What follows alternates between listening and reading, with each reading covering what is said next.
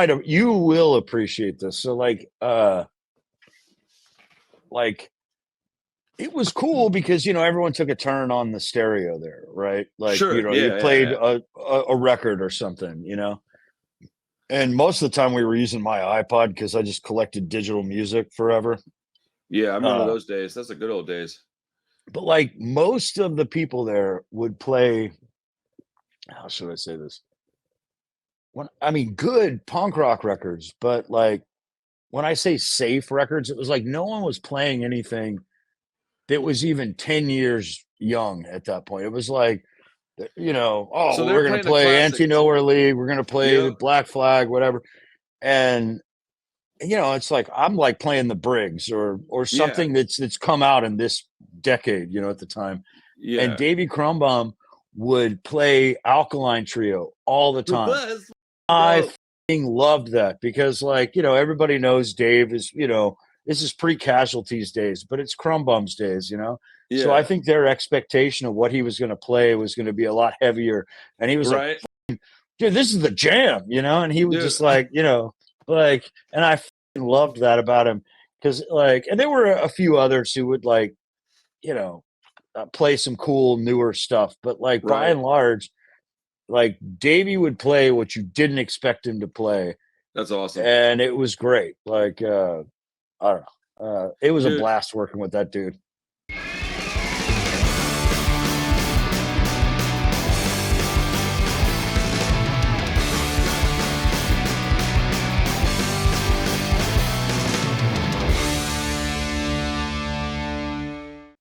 I always they played like it sounds to me like they all played the jukebox hits, the ones that are like the Yeah, classics that 100%. everybody. I mean, there's nothing wrong with those, but like No, I and it want to was kind all of. good. It's just like I've Yeah. heard this record 1,000 times. Like Well, that's why last night was so much fun because we did like a 2-hour show and it was like thanks for that, by the way. I oh, didn't it think was you were going so to play fun. all those tunes. Like, Bro, it and was so I dude. didn't mean to take over your show. I was just like, hey, check No, these dude. bands out.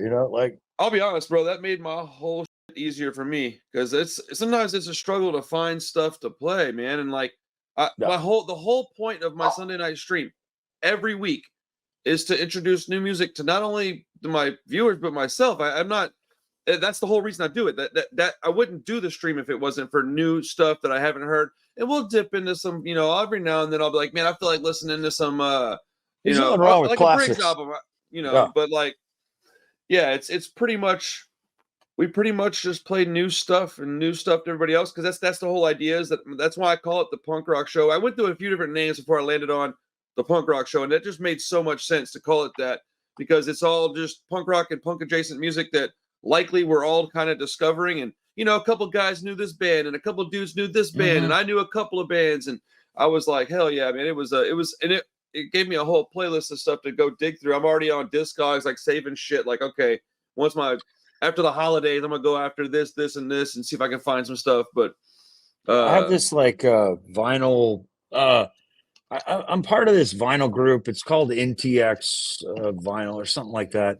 Or no, it's called Now Spinning. And the guy has like a record shop in Dallas. He's not a punk rocker. He's um definitely like a fan of like the 90s kind of grunge stuff, but it's just this okay, friendly like for vinyl dorks basically. So it's yeah, like we're not really talking about bands, but we're just sharing what we're listening to. sure, And through that I just kind of this guy played something one time and I was like, man, I think kind of like what we've talked about, like, man, I think we share a lot of the same interests. So I reached out to him like on like a Facebook Messenger post and ended up starting this like thread with him and like three friends, one of which was in Nowherebound, who got me back into physical media years ago. nice. And one of them is actually the little brother of the bass player in Born to Lose. And Oh hell yeah, another is this guy who's just been kind of a staple around the Austin scene, comes to every show kind of thing. And it was just a place for us to geek out about vinyl. But similar to your show last night, like I'm constantly sending them stuff to check out. And like Steve is the guy who I'd never met before, but I met him through this group, and he's actually come and visited a couple of times. He lives in Dallas, Nice. uh, but like he would be like almost like, God damn it, dude! Like now I got to buy this, like it was this sort of thing. And I was like, sorry, Steve. And so sorry, Steve has become this sort of like expression I use. That and That's awesome. most of the time I'm not talking to someone named Steve. I'm like, sorry, No. Steve. And they're like, who the fuck is Steve? And I'm like, it's a long story, but like, uh, you know, I think you're like me, but I love being turned on to new music. I fucking love it. Oh, Uh, i- it's kind of a disease, man. Like yeah. I mean, I'm it's closer to bad. 50 than I am 40 now, and I'm still like getting turned on to stuff that's new to me. It's Sometimes it's new, wild. sometimes it's 20 years old, but I just never heard it. Uh, Well, okay, that's exactly what I was fixing to point out is that you were mhm. sending me these songs, dude. And like if anybody's wondering what we're doing, this is Chris from Born to Lose, Nowhere Bound, and the new band's Generation Exit, right?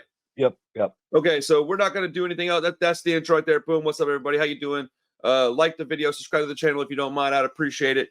So that's what I was gonna point out, man, is that you were sending me these songs, and for some reason I was under the impression that it was all stuff that had been out in like maybe like the last 5 years or so. And then I started looking at No, the dates, and I no, was like, some of it's like 15, 30 dude, years. Like dude, that Easter stuff. I mean, you saw that Baby okay, Mike that Ness. song was that song was like super, Um, super old, yeah. But like I was like shocked, man. Like I feel like I'm pretty, I don't know, deep into the happenings of punk rock to a degree. And I just was like, did I not know about any of this? Like Buddha, how do you say that name? Buddha and Soundclash? Is that how you say it? Bedouin Bedouin. Sound Clash. Yeah, Bedouin yeah. Soundclash. Like I've heard that name a bunch of times. So I wasn't Mhm. shocked to see that name come across the screen.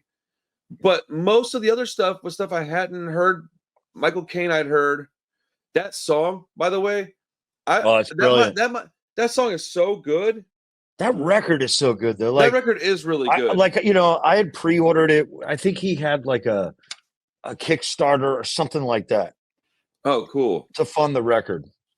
So I got in on that, and it was like a year and a half at least until the record came out. And I want to say I had seen the video for that song, and Okay. now and of course the name of the song escapes me now that it's relevant. But like I had I had watched the video and I was like, this is great. And I had a 7-inch that he had done first, and it was really cool. But a 7-inch, you get 2, 3 songs to sample, and you Right. can't really read a band necessarily from one 7-inch. Oh, I've And gotten 7 inches, then got the band's full length and was shocked because it was very different. So yeah, that's hundred definitely percent. happening. And like Talking about Dark Knight still, or are you talking about a different yeah, song? Dark Knights. Okay, Sorry, okay. thank you. That's the Well, name that's of what I the was looking song for. I we're was looking for talking the about. paper I had it written. I was like, I have it No, written down somewhere. I'm glad. So I'm not flubbing that. But like, I'm pretty sure I saw the video. I was like, man, this is so great. I hope the record is this good.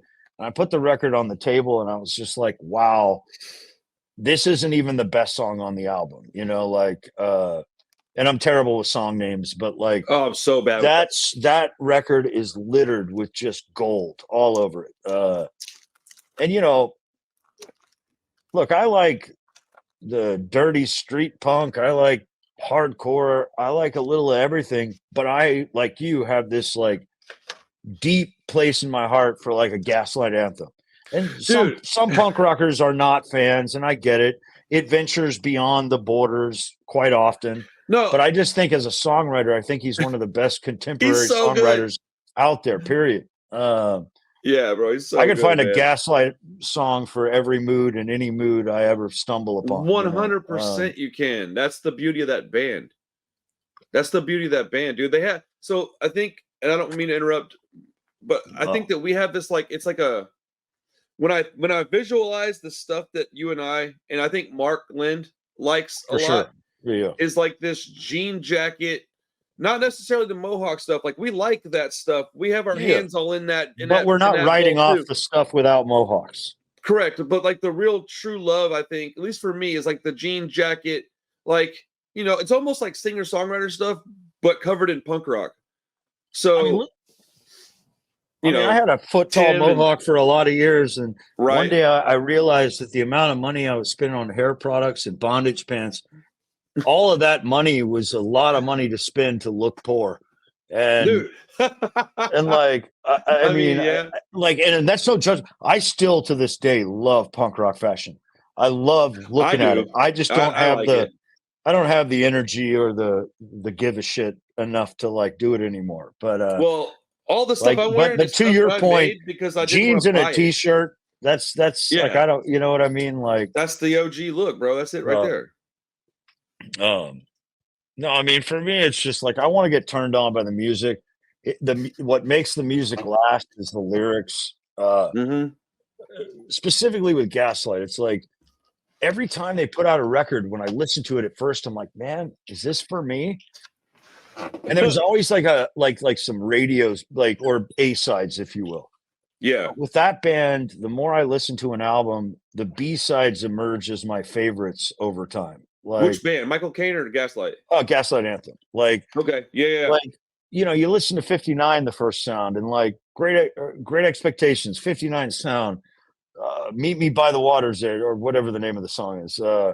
There's a few that are just stand out like A-sides, right?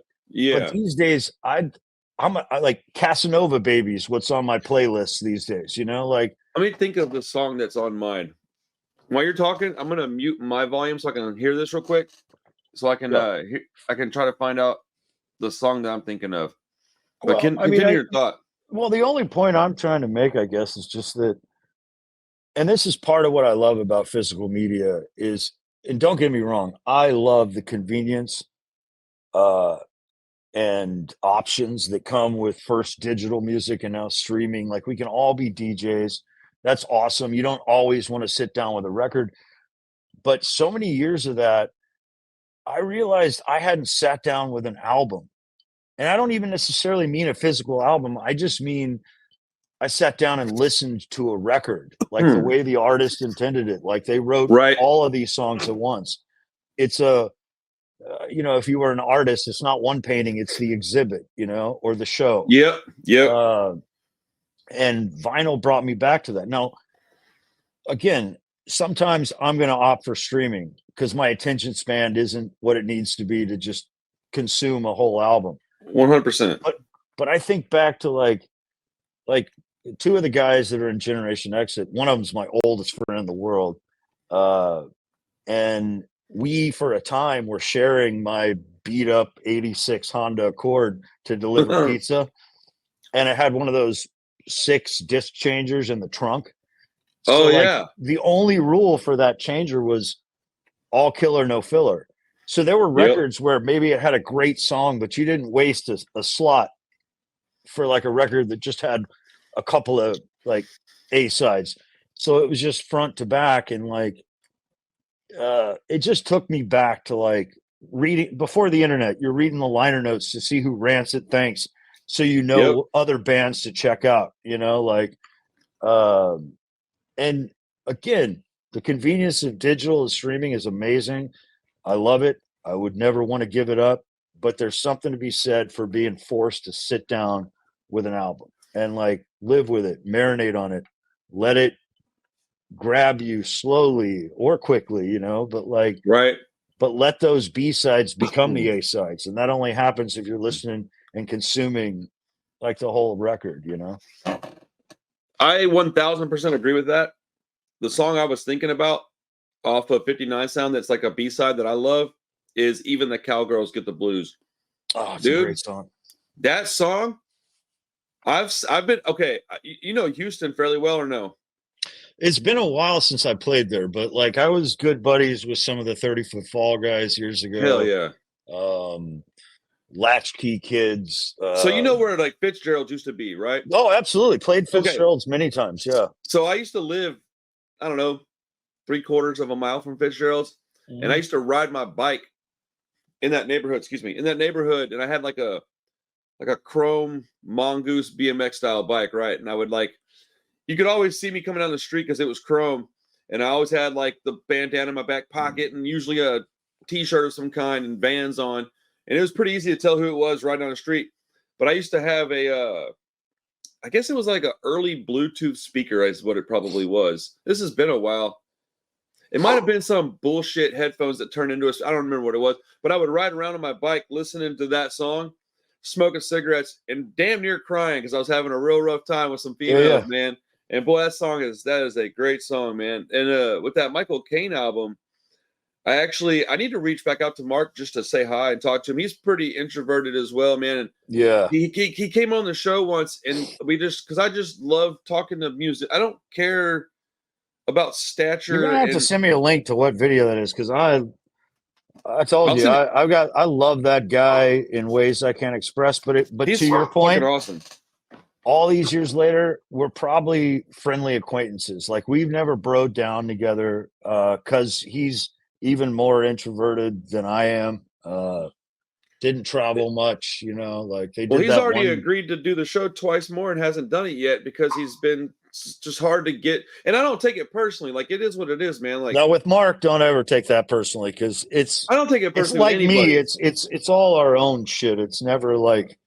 Well, when you're doing this and you're asking people to spend their time talking to you, you have to understand that there's going to be a fair amount of folks that just simply don't want to be on a camp. I get it, dude. It's cool. So if that's not somebody's gig, then that's cool.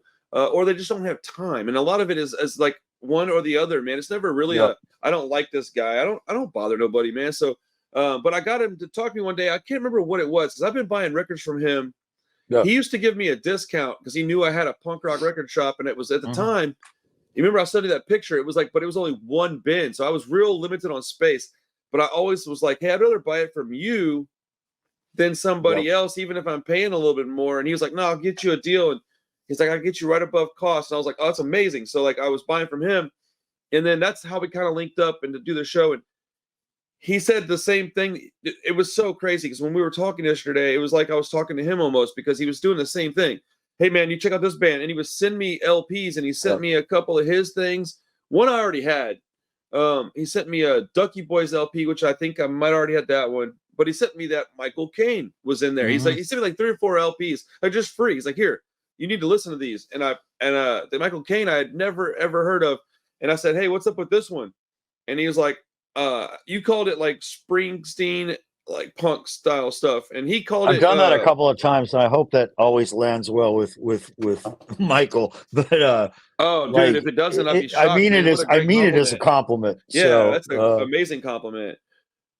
But I had the same exact reaction that you did when I heard it. I was like, well, so when you sent me that name, I was like stoked because I knew who that was, and I was like, just another point where we crossed, dude. We're like, yes, bro, like.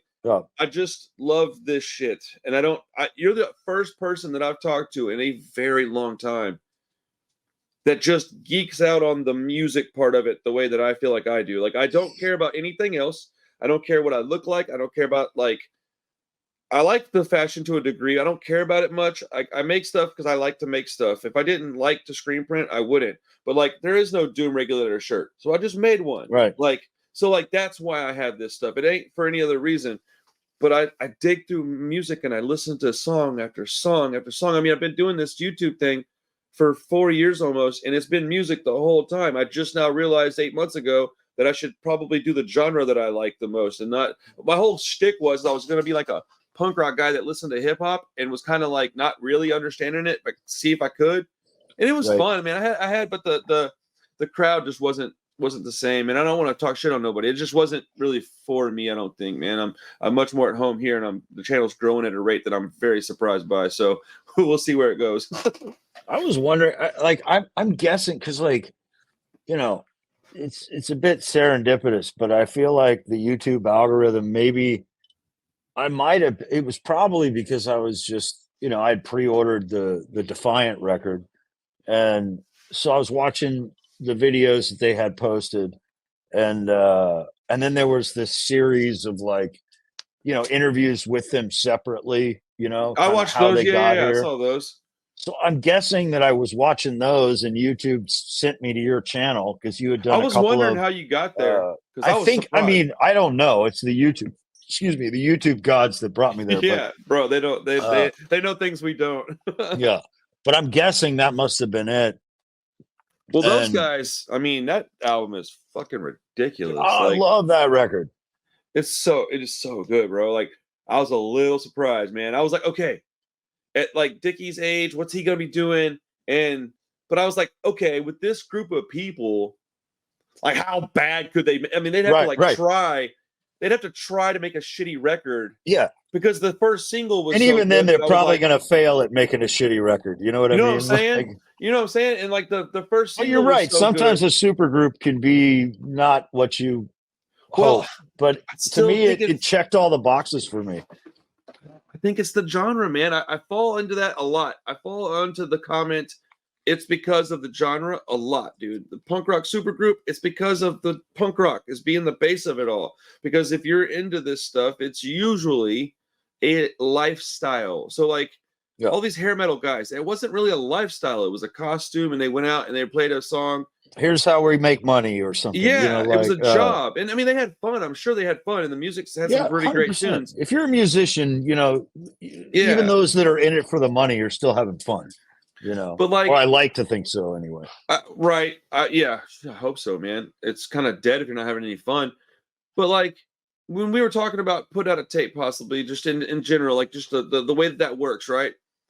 It's not about necessarily making money. It's about doing something that you want to do, and that's why you do it. Like, Yeah. am I stoked that the bullshit detector tape did well? Of course I am. Like, what kind of moron would I be to be like, nah?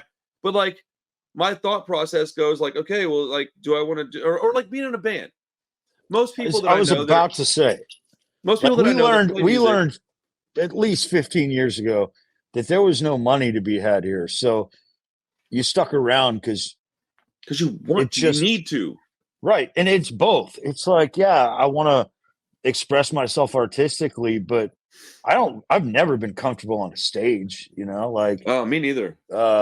it was always just like, I love the creativity, but it's also therapeutic, you know, it's the shrink you can't afford. It's the journal Right. you don't keep. It's the time capsule you're too lazy to like, you know, I can go back and listen to old records and know exactly where I was at that time in my life. You know, That's the best part. Half the times I know what's going on politically because of some of those lyrics, you know, but it's just like, right.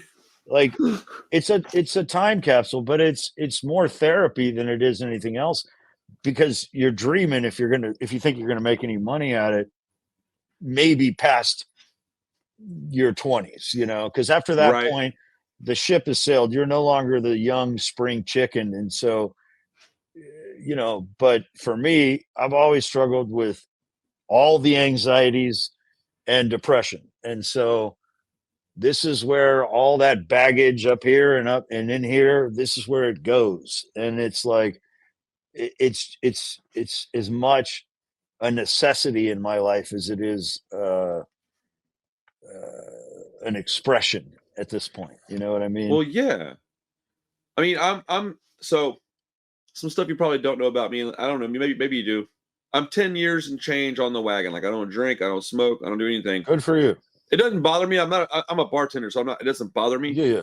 It took a little while. I had a couple years away from that kind of shit to where I could kind of get myself together. But like, I've got 3 kids. I'm married. I just don't have that in me anymore. I have other things that I'd rather spend my time and money on right now. And now, if I didn't have kids, there's likely almost no chance I would have gotten sober. So I'm glad I got my kids around because I was doing stupid shit. Yeah, man. It's that's what it is. It is the therapy. It is the shrink. Whenever I'm talking to people at the bar, none of them are surprised that I do a podcast. They're like, "Oh yeah, you have the perfect personality for this because you were up here making us laugh and having a good time." And I was having a terrible day before I got here, and I'm like, "Man, that's what I hope they're having is a great day whenever they leave," you know. But yeah, this stuff is it's unique, man. It's really unique, and my mom has never really understood it. It's strange, man. Like my mom still like today. I saw her. Her birthday was last week, so we were talking today about I'm taking her to lunch tomorrow, and you can see it when I bring up things. She just doesn't get it. Like she's never listened to music. Can you imagine that? Can you imagine No, I know it firsthand. I mean, I grew up in a so I'm not a religious person, but I was raised in the church and I was Okay. an altar boy. Oh wow. And at about 12, I realized that I didn't believe in any of the stuff that I grew up with, but I was terrified to tell anyone about that. Like this is That's pre-teen, scary. it's pre-teenage rebellion. So it's not like, Yeah. fuck you, dad, I don't believe in God. It was more like, holy shit, I can't tell anybody about this. Right. You don't want to disappoint your folks even when you are rebellious. There's a certain degree of respect Uh, there still. Sometimes. well, I mean, I grew up in a conservative Christian Republican household, and I was none of those things. And Right. I'm not throwing shade at any of them. I'm just saying No, but I didn't check any of those boxes, and I don't want to co-opt what it must be like to be gay in that household. oh my But goodness. I've thought about that. there are some parallels. At least there were in my head. So it was just sort of keep your head down, do what's expected, and like my folks, my entire family, none of them understand how I would opt to live poor and get in a van and like, I mean, there's a line on one of the Generation Exit songs about it's written a little better than this, but like digging in the couch cushions for those last 2 cents. And it's like, I mean, that was real. And that was in my 30s, like eating ramen Oh, bro. for 3 straight months, like, and you could always walk away from this life. You could always say, you know what, fuck it, I'm going to go back to school, or I'm going to get a career and settle down. So there's no complaints attached to that, but there's trade-offs, like Sure. if you want to get in a van and say fuck all to the world around you, well, your friends grow up around you, your siblings grow up, and it becomes even less relatable to them as the years go on. So It's yeah, well, it absolutely does. sorry, I mean, but No. just that your point resonated with me, because no, I don't think anyone in my family can identify with or understand why I made these choices or why I would continue to make these choices. It's weird, isn't it? Yeah, I don't even have an answer for them. Like I'm like, because it's in my DNA. Like when I first heard the music at like age 14, like I was not in there at like 12, 11. I'm not gonna act like I was. It was like a high school kid. I was like a freshman in high school. And I heard Rancid and I was like, oh. And like literally it was like click. And I was like, oh, this is what I'm really interested in. And I've always been kind of a music, like even when I was little, I loved music. I just liked me hearing too. it. I like makes me feel good. And like what's funny is like I would never mention a name because I don't want to be rude, but there's a person that I know who was playing punk rock music, and this person is one of the best guitarists I've ever been around. And they played music, and they were in a band. It was really good, and the band was doing really well. And they chose to like stop playing with this really good band because they weren't making enough money doing it. And I was like, oh. And there's nothing wrong with that. Like let me be very, very clear. If you don't want to do it anymore, like there's something wrong with like not wanting to do it and still doing it just to save face. There's something wrong with that. But if you don't want to do it anymore, it takes a lot of courage to tell your friends that you're out. So No, 100%. I mean, to each their own. But I was really surprised when that choice was made. I was like, wow, that's crazy, because the band is one of those bands that's so good that I'm like envious of him being in the band. And I'm like, you give right. that up? What are you doing? So I Well, hope it I was comes vague down to the enough. I trade-offs. I don't know. mean, just like again, like the good news for me, upon reflection, is that all of the major life choices, the tipping point moments in my life, I don't think I would have made a different choice if I were given a second chance at it. But Yeah. like, a couple of our OG BTL guys left at like year 8. And, That's deep in, man. they had put their whole lives into it. But by then you've looked behind the curtain and you're like, there's no money here. We're not going to make a living here. Right. We're not, like, um, and, when you're gone all the time, I don't want to say it's impossible, but it's very hard to maintain a romantic life. Very. It's You're picking up a new shit job every time you get back from tour. And it's usually, they're not even great jobs because it's the job you can start as soon as you get home because you've already got to start saving. Yeah. Um, I mean, like it's for a example, whole like it'd be thing. great to get a service industry job because, you know, the money's better, but you're going to go through 3 interviews and then you're going to go through training and you're not going to be on the floor making your own money for at least a month and a half if you get hired today, you know, or interviewed today.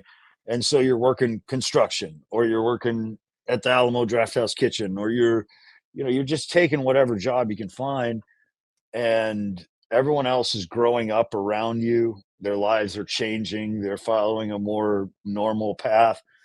And there's just consequences for these kinds of choices. So I knew a lot of people who like went on their first, maybe second tour, and they were like, you know what? That's the best time of my life, but I'm good. I'm done with that. And the next cycle is those who really put everything they had into it, but they're like, you know what? I want a real life. I want a real life partner. Maybe I want to have kids. Maybe I want, you know, whatever. I want a job that pays more than minimum wage. Right. Um, and so that makes sense. And then there's those of us who are left, like, and so Generation Exit, it's those of us who are left, you know, which is cool because we're all equally crazy, you know, or Well, foolish, whatever you want to say, you know. you know what I like though is that at least with my friends and the people that I choose to associate with, uh, there's no shame on any level of that. Like if you Oh, choose to same. stay or you choose to go, and I included you with that statement. I think that there's no shame there, but I do want to point out that I think a lot of the younger people, especially because they're just not there yet. When you're young, you're just young. You haven't experienced things. It's not because you're good or bad, it's just lack of age. And so they need to understand what I would say almost any musician that has been around for longer than 5 years Yeah. has actively chosen to sacrifice and give up, because I got a lot of friends that have been in this stuff like you have. And there's a lot of them that are like, yeah, man, I just didn't think I was going to have family because I wanted to do this instead. And like, they're like, no, I chose to do this instead. I chose to not have Yeah. 3 kids in a house out in Magnolia. I chose to not start a little record shop. And it's like, I don't know that I had that in me, man. I'm as far as going to the supporting and being engrossed in it is one thing, but like being a musician, I think I was given an opportunity to fuck my band up, and my brain was like, oop, better take this, because we were doing well. And I think that I would have been, I don't know what I would have done on like tour all the time. I'm not responsible enough for that stuff, dude. Like I'm just not.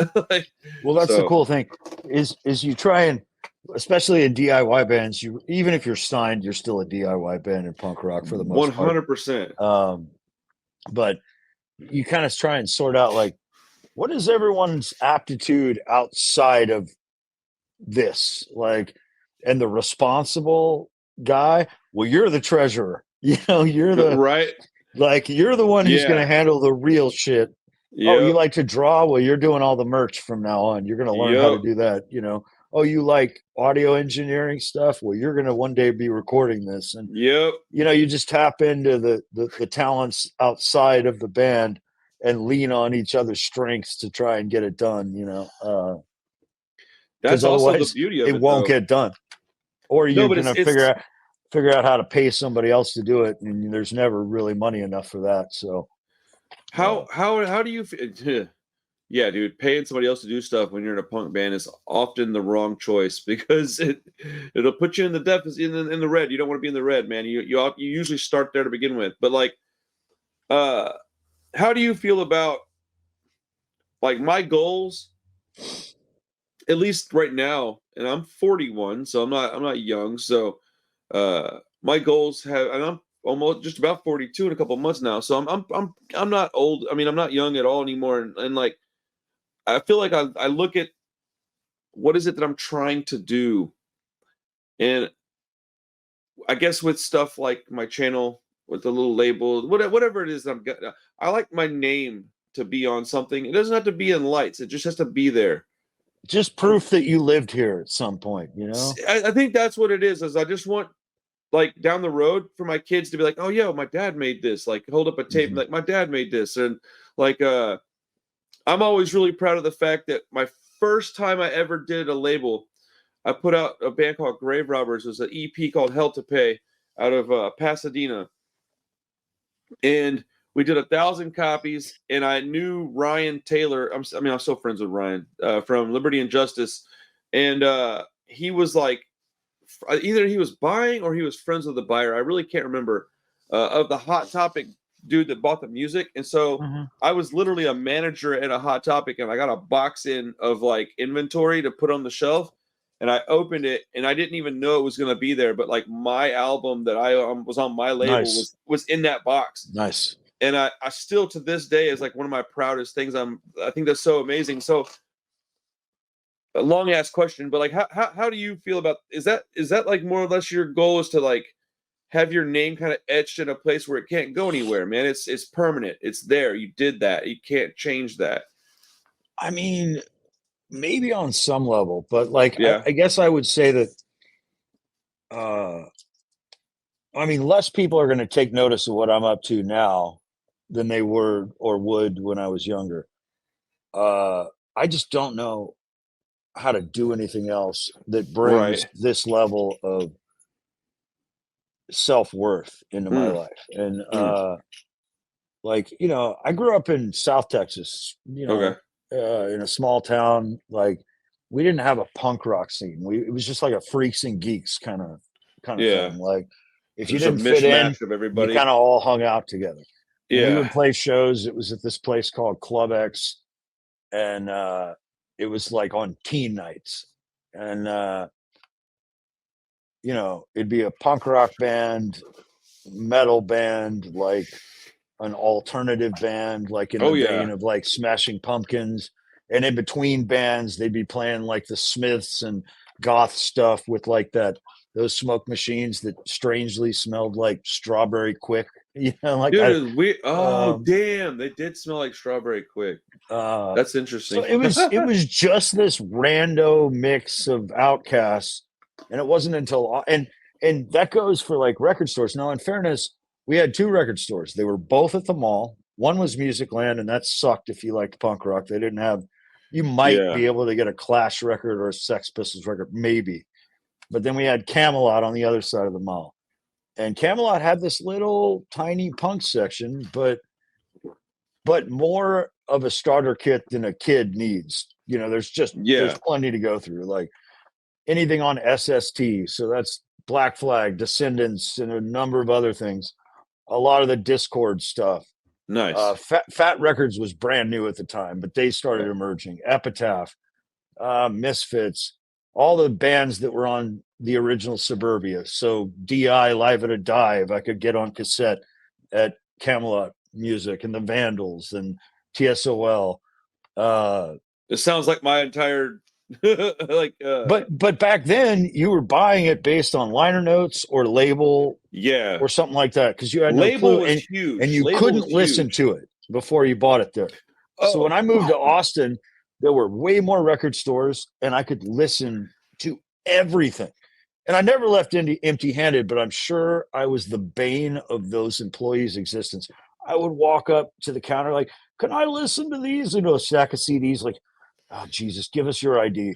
And I just sit there. Anything that looked like it could be a punk rock record, I brought to the counter, and I would just sit dude. there. I I would used have to do been that same miserable to go to shit. a record store with because I was never there for less than 2 or 3 hours. And I'm sure no one would have had a good time with me, which is cool because I was in my own little world anyway. But like, and I didn't do it on Dude, I purpose, forgot but about doing that.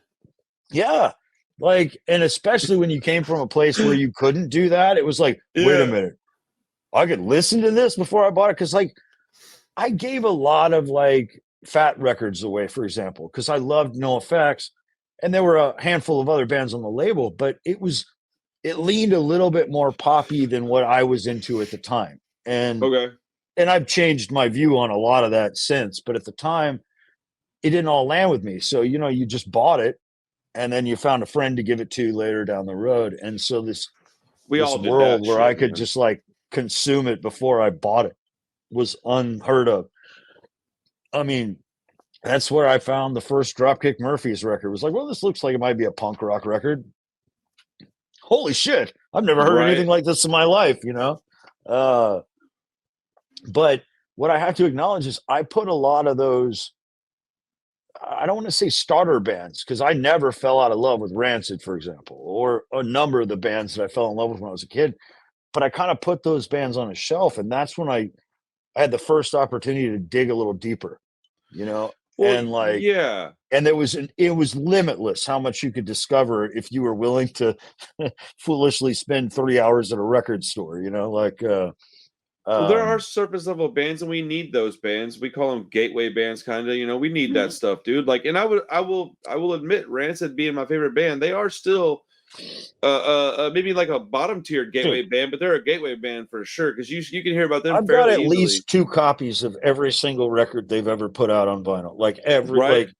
I mean, I never gave up on it. Like, it was just, I kind of all of a sudden was like, wow, this new world opened up. Like, I found Swingin' Yes, Utters on that first Sounds Wrong EP, because one of the dudes had Liberty spikes on the picture. dude, And you I was like, always look for this that, looks like a punk band. I'm going to check this out. It was like, nothing comes over me, nothing like it. I was bro. like, what the fuck even is this? It's amazing. Um, You know who had the best covers for like not knowing who they were and buying a record? They were two of the bigger bands, but I didn't at the time I hadn't heard them, and I bought them strictly on cover, and it just was a win. Was the Casualties and the Unseen? yeah. They had these covers. There They was were no like question that that was a no punk rock question record. of what that was. You're like, oh, Oh, this is the street punk shit I was looking for. mhm. This is the, you know, and Crumb Bum stuff. Like, I don't know if Dave, like I've talked to him on Instagram a couple of times, but I don't know if he remembers me. But we used to hang out like quite a bit because I was roommates with a dude named. Do you know a guy named John Hale? He Oh, owns a. if I saw a picture, I probably would, and I'll I'm send you a probably a picture dick later. for But not he, knowing the name. But no, dude, I'm bad with names. But I've known him since we were 5, so that's the reason I remembered his name. But uh-huh. I was roommates with him at one point, and he was in a band called Arm in Arm, and they were like the street punk band in Houston at the time, or at least in my eyes they were. And I remember he was showing me. He goes, "Hey man, you like the Unseen and the Casualties? You might like this." And he was the first person to show me the Chrome Bums music, and it was on like a CDR. And by the way, 100%. If you like Casualties and Unseen, fucking Crumb Bums are going to be right up your alley. You know, like Yeah, dude. Like they're 100%. I mean, they're honestly they're like legitimately that good. They're like right Mm-hmm. there. When I think of street punk, I probably think of them probably third or fourth at the least, man. I'm like, oh yeah, it'd be this, and this. I mean, but I don't remember what I was going with that. But yeah, Dave's a good dude, man. He's a nice guy, and he's had some really great projects. I'm happy to see him singing with the Casualties. Dude, Unfortunate New situation Starving there, I Wolves guess. is almost out. I don't I'm know if ready you for heard that that too. first record, but it was amazing. And like, Yeah, I actually do know because that it was record. like the Crumb Bums with a little bit more melody in there, to Yes. where like, and I mean, I don't mean that as a dig at the Crumb Bums, but there was just like, it Well, was no, I mean he's grown up a little it bit had more. I mean, a little bit more pop sensibility, and there's nothing poppy about the record, but it just like, I no, was like, this is maybe my favorite thing. And I was a fan of Dave's always, but it was like, this might be my favorite thing Dave's ever done. And they just got back. They recorded, how's it called? Blasting Room, Bill Stevenson's studio out in Colorado. They tracked the new record oh, out is that there. where they were at? Yeah. So They went to Colorado for that? I'm super excited to hear what came of it. And we practiced at the same spot, not the same room. Same So I building? run in, yeah. So I run into Josh Langford all the time. And Man, they had an album. Okay, I think. Yeah, I'm sorry, I didn't mean to cut you off no, like no that. worries. Like, but like Josh was talking to me, I don't know, maybe a month or two ago. He was like, and they had just gotten back, and he's like, dude, I'm so stoked on this record. And I was like, man, I can't wait to hear it. And he gave me a Flexi, which is badass. Like, Dude, I collect those things. I love those silly things. yeah, I never did, except the second I started, years ago, ordering from Pirates Press. They always Dude, sent they give you a tons of bunch of them. Flexis with them, Yeah, and all of a sudden yeah, I've got this like, I've got so many triplicates and quadruplicates yeah. of Flexis. It's like, if anybody wants some, I got extras. But Yeah, I put those in my shop for usually if you're buying a punk album, I just throw one in on top of it. I'm like, here, take one. yeah. Like, uh, I think I was at one of the first Starving Wolves shows. It was okay. I don't know how to say this. It might not have been one of their first shows, an early show because Mhm. I went to go see Rancid and the Interrupters Yeah. at in Uh, Austin. it's by my house actually. It's like a Oh, racetrack really? normally. Yeah, Yeah, yeah. yeah. I'm going back there. We're gonna go see. Actually, I think Green Day and Rancid are playing there Oh, nice. in Is like that the one in September. what is it, September? Yeah, yeah. Yeah, September. So I I'll be in saw that. Austin. By the way, what I They're heard of the new Green Day record sounds pretty fucking great, by the way. Dude, I'm like shocked at how good it is. I was never a Yep. big Green Day fan, but I've been listening to a lot of their stuff lately. And the new Rancid record is ridiculous. Like Yeah. it's unnecessarily good. I'm happy for it, but it's ridiculous. But yeah, we were there and I saw Dave go up on stage and I didn't know who Starving Wolves was, so I was just kind of like lollygagging around and I'm walking with my wife and I see him walk on stage and his voice is very distinct and Yeah. I was like, holy shit. And I'm like way far back. And I took a running. And I'm like, I fucking know that guy. And my wife's like, who? I'm like, the singer. His name's Dave. I was like, I think that's the guy from Chrome Bombs. And she's like, Yeah. oh shit. 'Cause she knew who they were because I just jam them all the time. And so that was cool to know that they're still doing music is really badass because that band's really good. Dude, and again, they're all at the top of their game, like I cannot wait to hear whatever the new record is because I love that first one so much. And like again, to hear Josh outside, we're all taking breaks at the same time around practice and him just be like, dude, it was so cool to record there. It was like I'm stoked on the music. He and I were talking about. He's like, some of the stuff we're doing. I mean, if Dave weren't singing, people could accuse us of being a pop punk band. And I'm like, well, same, bro. I can't Like, wait to hear it, dude. like meaning only that there's just melody there, and it's Yeah. and I got no issues with pop punk. Like I always thought street punk was the best version of street punk was like a combination of oi and pop punk. So you had all that Yeah. sing song nature, the gang vocals and all, and it was just like, but just usually with a much grittier vocalist, Right. The vocals are the big difference in my opinion, usually. Yeah. Well, I mean, most people, when you grab a record and decide whether you like a band, it's like, do I like this singer or do I hate this singer? And the band members might be killing it otherwise, but you don't like the singer, so you don't like the band, like dude.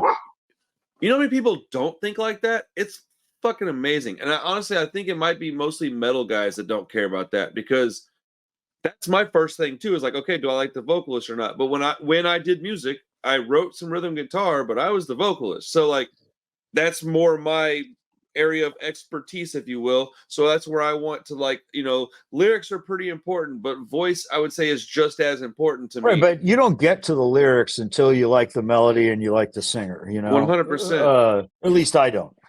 But for metal, like I never was a fan of like the stoner rock or stoner metal stuff. Yeah. And it's because it's all instrument based. Like, and right. It seems often it feels to me like the vocals are the afterthought.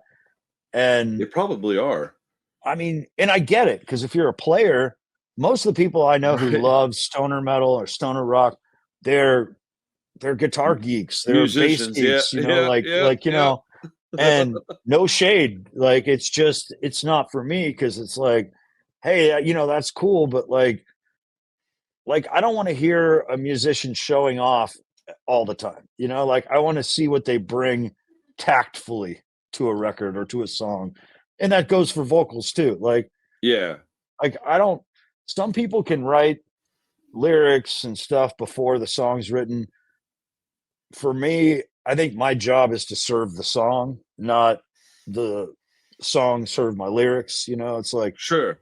I mean, if I'm writing music, well, then maybe I'm writing lyrics along with it. But like on songs that I didn't have any part in the music, and there's also a tone, like and it's funny because like, if people heard bands in a practice room and they hear the singer just like shmeh, shmeh, shmeh, making, vowel and consonant noises, but there's no real words.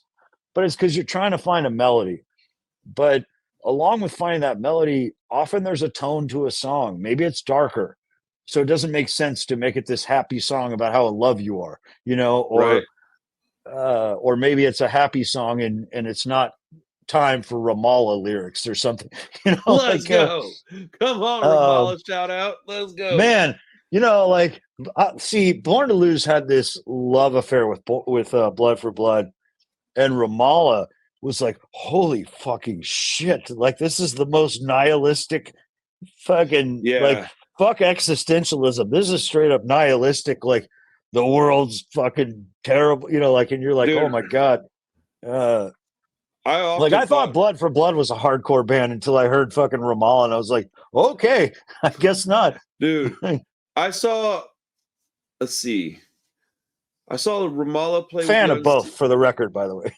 Yeah, dude. Oh man, I mean, how could you not be though? If you like one, they're kind of it's almost like a one and a 1A, or a Yeah, 1A and a 1B, or however you want to call it, because they have stark similarities because of who's singing. You know what I'm yeah, saying? Rob and being like writing a lot of it in too. writing, the Yeah, lyrical content is pretty similar. yeah, But Blood for Blood is more of a rock and roll style hardcore, yeah, and Ramallah is a heavier sound. But Ramallah toured with the Unseen, and I was all like really surprised. I didn't realize the Unseen was from Boston at the time, and yeah, yeah. so I was like, "That's an odd pairing." So I was like, "I can't wait to go to that." And then it turns out my birthday's in March, and there's always good shows in the springtime. So, but they weren't hitting Houston, and I was like, "Fuck, man!" That's a common thing that I have to deal with. Is I got to go to Austin a lot for shows, which at this age isn't a bad thing. But when I was young, I Well, was and what's funny is broke it as used to fuck, be a bro. lot of shows skipped Austin.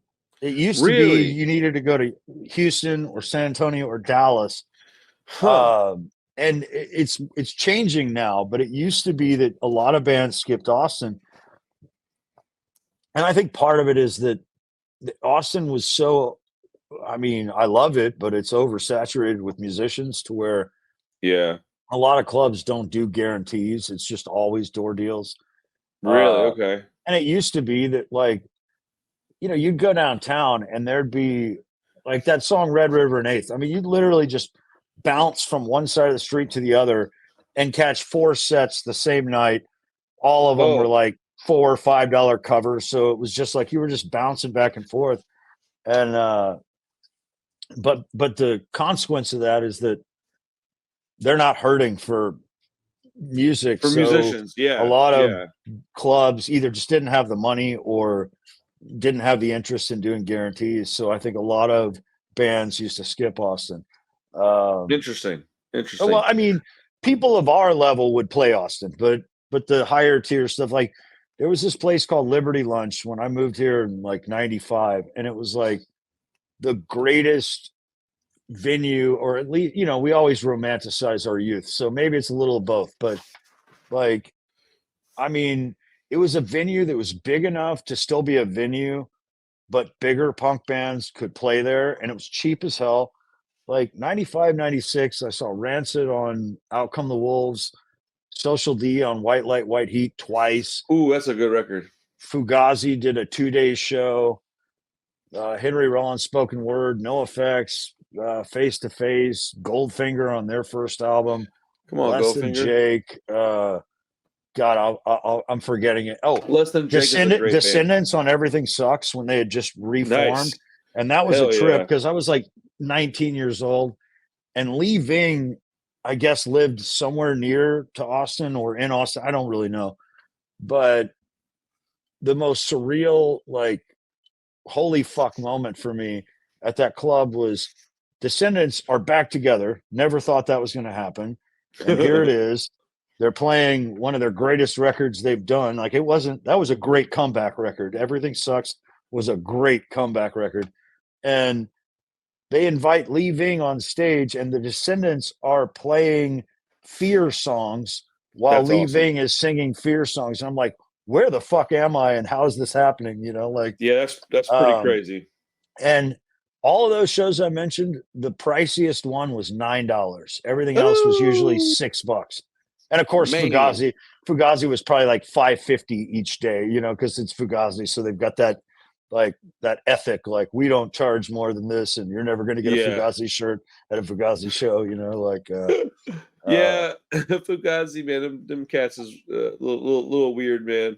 I always wanted Not to like be a on Discord, and then I realized unless you're from DC, you'll never be on Discord Records because it's a yeah. I mean, chronicle of that scene, and that's what yeah. its mission statement was from day one. But when you're young, you I don't know do that. You're like, I do respect them for their whatever you want to call it, like their takes on thing, the stance they take on just whatever subject. They are very true to what they say. They practice what they yo, preach. That's the best way to put it. They 100%. practice what they preach, And and most I people, at do. least, even if they did once, they outgrow it. Fugazi Right. or Ian MacKaye just never outgrew it. It was just, Yeah. this is who I am. This is what I do.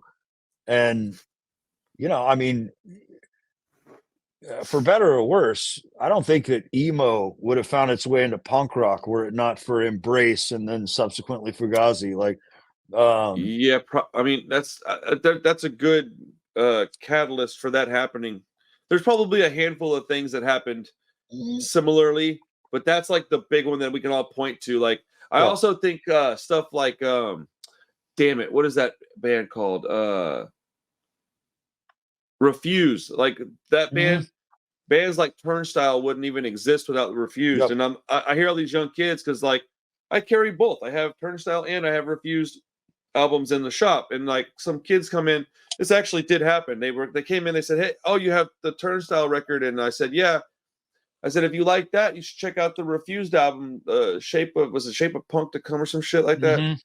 And they were It's like that High Fidelity moment where it's like, "Oh, you like Green Day? Check out Stiff Little Fingers." exactly. Like, it's exact. I mean, that's yeah. And I think it's funny because I do think in the '90s we were probably a little more receptive to that than the kids now, because the kids now have this I think back then I had a feeling of I don't know much, please teach me, and now they have like all this information at their fingertips. well, now you can find it. Like, I mean, we're all That's carrying also true. supercomputers in our pockets now. That's very true. I mean, that's very true. When Born to Lose started touring, I laughed when you were talking about your poor friend who got a road atlas for Christmas, because like when we started touring, we were using road atlases and a couple of my CD booklets. When the iPod came out, I was like, "This is fuck sliced bread. This is the best thing ever." Because like all of a sudden, I could carry more albums than I even owned in my front pocket. There's a lot of positivity to come from the new age of music and how it's done. I just also like there's less reverence, but there's more accessibility, right? Like, yeah, I like the process of listening to an album, like you were saying earlier. Like punk rock bands are notorious for having good records, though. Like pop musicians oftentimes are the ones that are guilty of having like 3 or 4 good songs the out singles, of 10 or 12. right? Yeah, like this is gonna make me look really, really bad probably, but that young lady named Olivia Rodrigo, she put out an album called Sour, and it's like 12 songs. Every fucking song is a banger, dude. Like I don't give a shit how I don't care how uncool it is. Hey man, to like her. I'm gonna fucking tell you right up front. I became a Miley Cyrus fan once she started doing those backroom session or backyard sessions. Like the country and like one of them stuff, the singer-songwriter shit. Well, she did like a great cover of Jolene, and then on another episode, that stuff. Yeah. She had Laura Jane Grace and Joan Jett, and she's singing. Wait, did she like, really? Yeah. Like I was like, and here's the thing.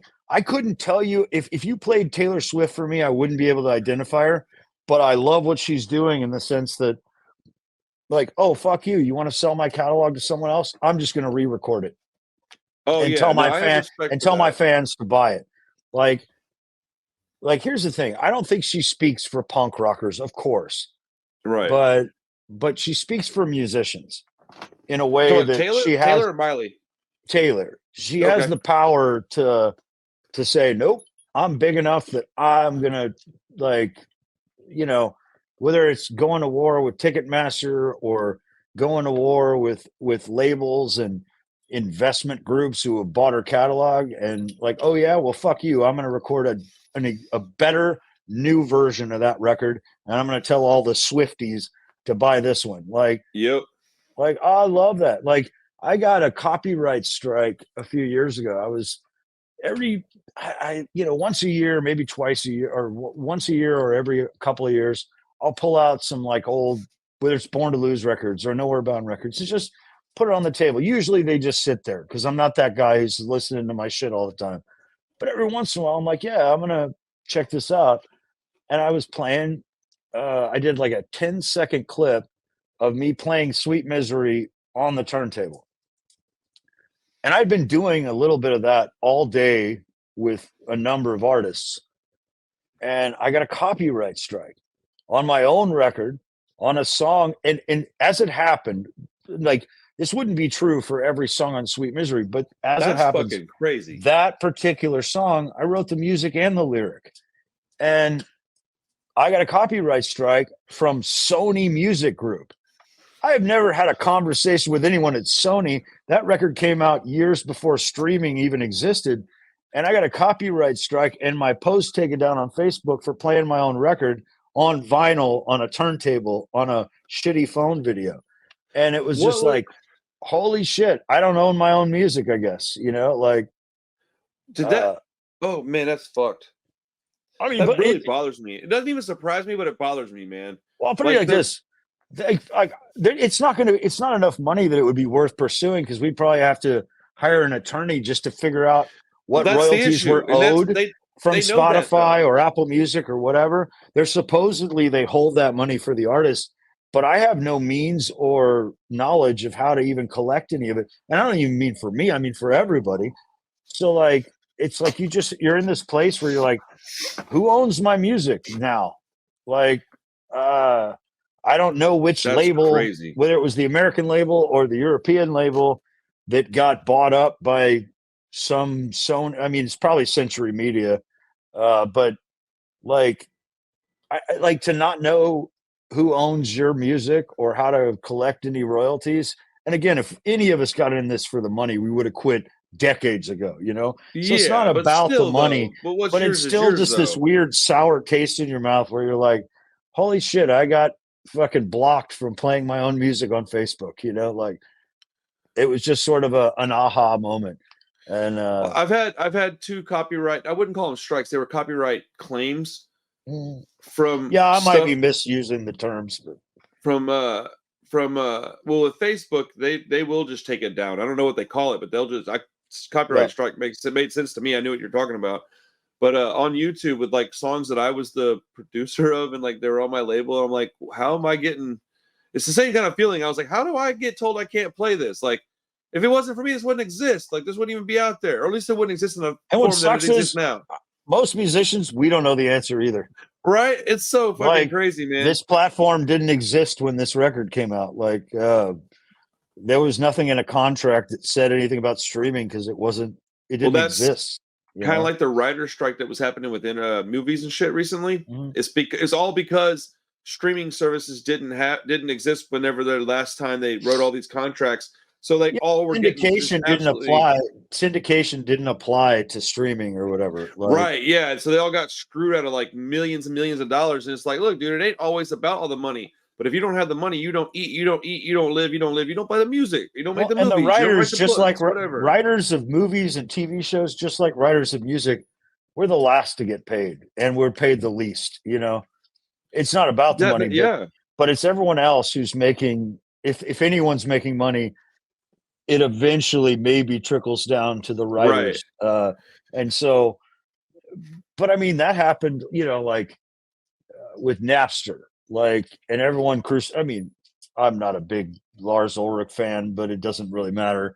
But everyone crucified that dude upside down for like, trying to fight Napster about illegal downloads and stuff. And, for punk rockers, we're like, yeah, we share music. Like, it is what it is. But it wasn't until movie studios where people were downloading movies and TV shows. Right. That's when they started cracking down on illegal downloads. Yep. On a real serious level. It affected some bigwigs, and they were like, "Hold up, bro. I don't think so, man." I mean, it's an industry. It is what it is, man. I mean, it's one thing that I like about. I will say that's a net positive for punk rock though, because in today's market, you can utilize Spotify in a way where you're not concerned about the money from streaming. It just gets your music into people's ears, and then you can sell your records and have your shows packed and have your shirts sold, because ultimately that's where your biggest that's where the largest revenue stream is through your in-person stuff, your shows, your shirts, and your records. And so if you're going to make some kind of money and at least have enough money to record the next record, like, that's how you'll get it. So there's ways to make a small amount of money and maybe even make a living. I know there's a young lady named April from a band called Apes of the State, and they're doing pretty good, and they're not on a label. She does everything herself, man. And she's super real smart, super badass chick, man. There's all kinds of stuff to do out there, man. There's ways to make it work. And like you said, it's not really about the money. Money's an unfortunate necessary evil, but I think there's a happy medium we could all find. It just depends on what you're looking for. It's like, I mean, it's so not about the money. I mean, but it's just strange to figure out that something that, you created, you don't own. Well, that's the thing.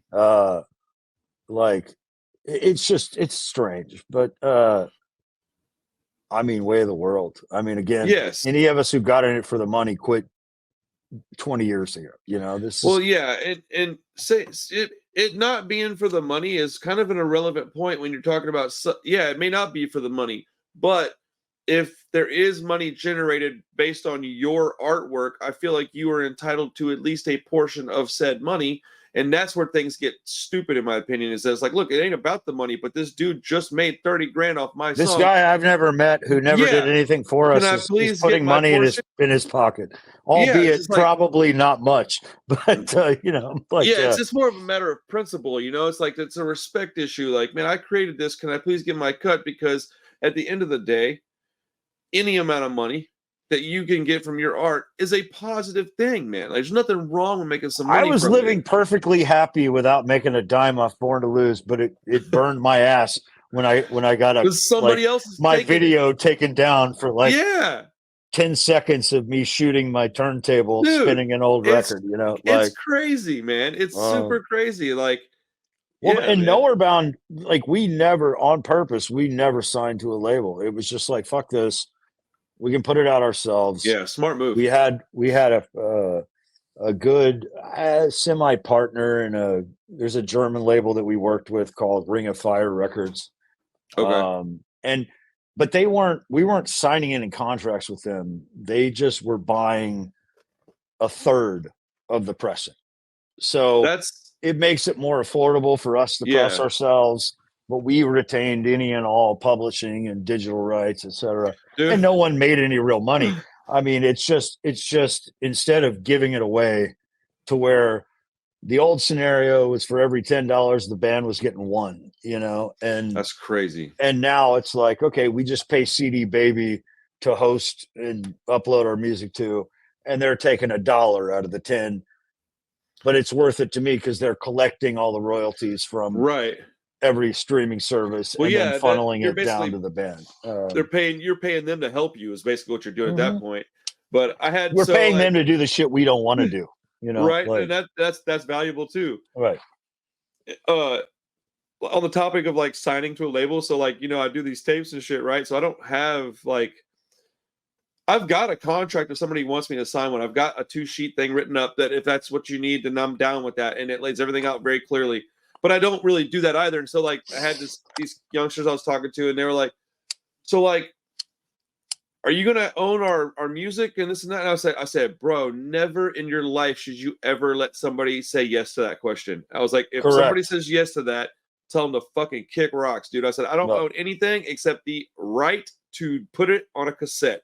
I said, I don't got the right to put it on a piece of vinyl. Yeah, you're just you're just licensing it to me, so I have your permission.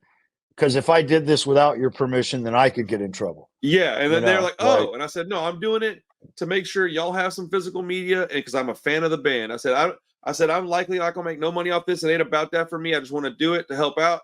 And then now we're really good friends, and they're wanting to stay with me because they we trust this guy, and that goes so far down. That's so important to me. Dude, it means everything to a band. Whenever in Born to Lose, and I didn't tell you, or I told you one of these days I was going to tell you, but like, and I guess we're coming full circle Ooh, back to Mark Lind, but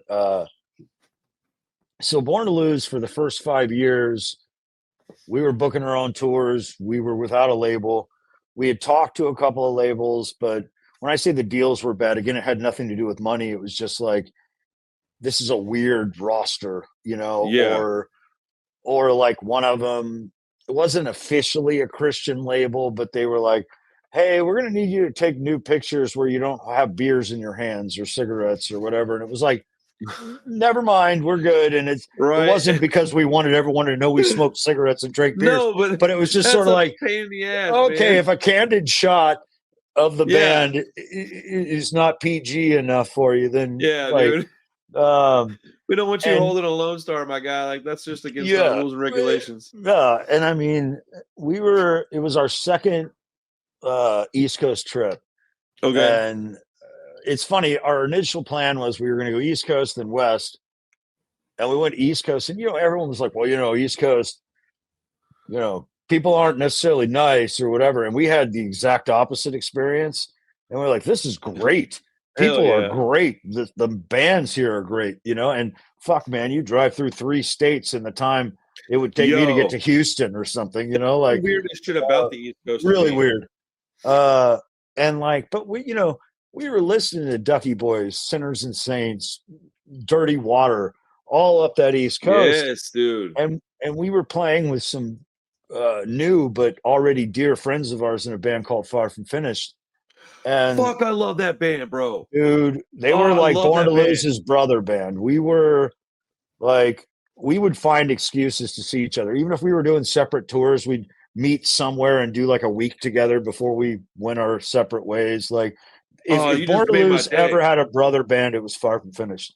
And the first time we played Yes. together was in Danbury, Connecticut, at this place called the Empress Ballroom.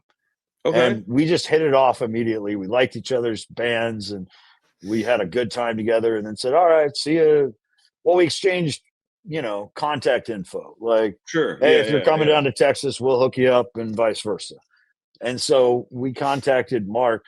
Their drummer wrote everything. He wrote the guitar, the Really? vocals, the lyrics. He wrote everything, which is really Damn. rare. Like, it's That is really rare rare. that that's the case. But like, yeah, Mark Kanata wrote all that stuff, and it was brilliant. And we were going to play with them for our second time on our second East Coast trip. We were playing in a town called Quincy, which is just outside of Boston. Okay. It's a suburb, I guess. I've And heard I've heard of Quincy, Mass. it was a place called the Beachcomber. And Okay. I want to say there were like 5 bands on the bill. And the band that was supposed to be the headliner was a band called Big Bad Bollocks. But they, I guess, last minute that day decided they wanted to go on a better or a different slot. So let's say they went on at 10:30 ish. I don't know, but they played a headliner set, so it was like maybe an hour and a half long or something. That's a And long ass I set. could see the Far From Finished guys getting a little stressed out, and I kind of was like, "What's the deal?" They're like, "Well, we're worried about time." I'm like, "What's the problem?" And it was then that I learned, and I don't know if it's Quincy, the Beachcomber, I don't know if it's still the same thing, but the bars had to close at 1 and instead of 2. Oh, So that's a big difference. all of a sudden I was like, oh no, I understand the concern. And so we just like, while they were still playing, we're like, all right, we need a backline. If anyone's super picky about what amp they're using, we'll use that. But like, usually if you backline, like, you might use the same cabinets, but you're going to use your What heads. does that mean? Backline is like, so you'd have one drum set, one Oh, bass cabinet, okay. Yeah. 2 guitar cabinets, but you'd use your own guitar amp in that cabinet. If you're the Gotcha. drummer, you would bring your own snare and your own cymbals. But that Okay. night it was like, nope, we're not even going to do that. We're gonna use Kevin's full half Yeah. stack and so and so's full half stack, Like a communal Mark's drum kit, setup. yeah, Yeah. like to where you're not switching anything out because and so it was going to be like I think we had from like 12 to midnight for us and Far From Finish to play. and we did like a changeover in 5 minutes, which is just, even That's if you're fast. quick, it's never that fast. But it's because we didn't worry about replacing cymbals and snares and heads. But Yeah. that That's one quick though. show that we played with him, Mark Lind was filling in on bass. Oh, nice. And so we got up to do our 25-minute set. We were like, all right, we'll do 25 minutes. You do 25 minutes. That leaves 5 to 10 to do, changeover. And like our merch guy, John, like we started playing and the place went nuts. And you have to understand, when you're that far away from home, you have zero expectations of whether anyone's going to give a shit, let alone really be into it. A Oh, lot of I'm those familiar early with that. shows, you're just going to earn it because people start the show in the back with their arms crossed, like, yeah, we'll see. Right. And it was like they bum rushed the stage. It was this great set. But our merch guy, John, was so busy at the merch table while we're playing, he straight up sold every recording we had to Mark Lind. Like, we would have happily given it to him, but he was just like, next, yeah, it'll be this much money. And he sold all of our shit. We're like, you fucking charged him? And, like, uh, and it was this great night, great set. And on like Far From Finished killed it, of course. And They're good live, like, or they were. I don't know if they're still playing. yeah, well, they did a reunion because Paul, their guitar player, passed away this past year. And Oh, I wanted fuck. so desperately to go. Far From Finished has not played in probably 15 years. They got It's back been a together and long played time since that I've heard that show. name. Like, I wish I could have been there. We're actually, Generation Where'd they Exit is play it? working. It was in Boston. It was like a Was it three up in day. Boston? Okay. It was a 3 day show, and it was all a benefit for his widow and son. Damn. Um, and I so wanted to be there, but I just didn't have the money. But like, That we're costs a like lot. Generation Exit, as it happens, we're writing a song for Paul right now. Hell yeah. But like, it was just a great time. But this is pre-social media, like the show I'm talking about. And so it was like we had message boards on our Oh, I remember website. those. And I don't know when he left the message, but a few days later, somebody checked the message board and there was this message from Mark Lind. And it was like, That's awesome. and it was, and we're fucking geeks and like kind of fanboys. And and this is, whether he meant it to be or not, it was hyperbolic. He was like, that's the best show I've seen in 10 years. We're like, yeah, you need to get out more. But like, but he was just like, you guys aren't a label. I'm starting a label. Would you be interested in being a part? Without a second thought, it was like, not yes, but hell yes, Um, and we came home from that tour. We wrote and recorded Sweet Misery in like 2.5 months at Ben's house, and sent it off to Mark. And Mark, I don't know the details if it had to do with distribution, but he couldn't get the label off the ground. But instead of just like leaving it there, he was like, I'll get it done for you. And so he sent our shit to Andy at Thorpe and just said, sign this band. And at the time, Thorpe had started as like a hardcore label, but yeah, they started signing like Ducky Boys and other bands yep. that were more punk rock or street punk or Dude, Thorpe was a whatever. good label though. Yeah, it I thought, was. at least in my experiences. No, there were some great bands on that roster. But at that point, he decided to break it up to where it was going to be Thorpe was going to be the hardcore and Sailor's Grave would be Sailor's the Grave. punk rock. Yep. And so we ended up on Sailor's Grave, all thanks to Mark. That's awesome. But it was like, I want to say they had Angel City Outcasts and Far From Finished.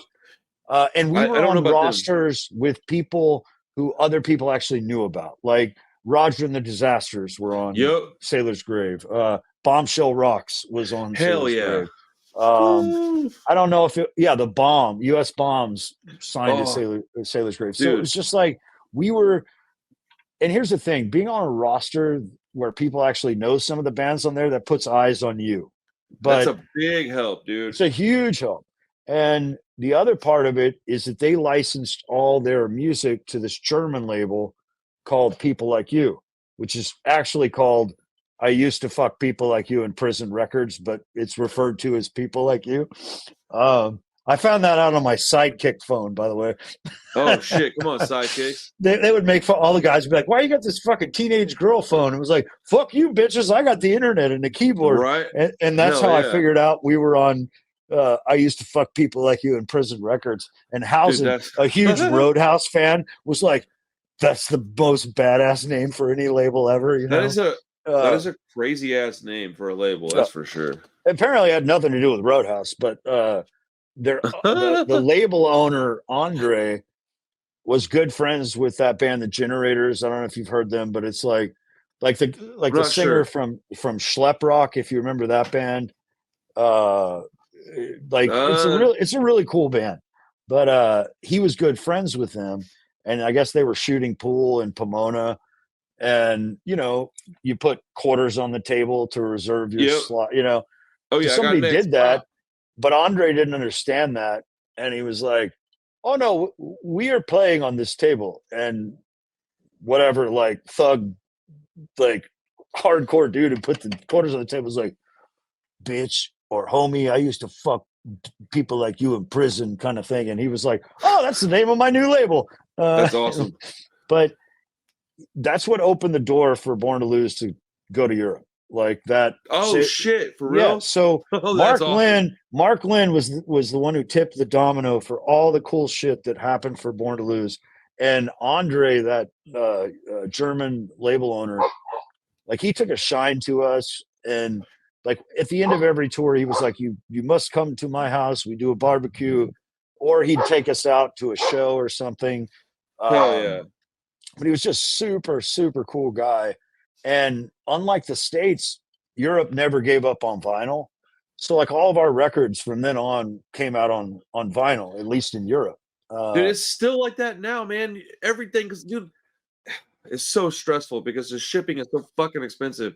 But everything comes out over there, man. It drives me nuts, dude. There's so much stuff. Like, there's a list of stuff you were talking about, man. That I've got to own that shit, man. Yeah, dude. Like, man, I I had to I had to hunt down my own Born to Lose records because I like Andre would always take us to the warehouse and he'd be like, "Look, man, take whatever you want."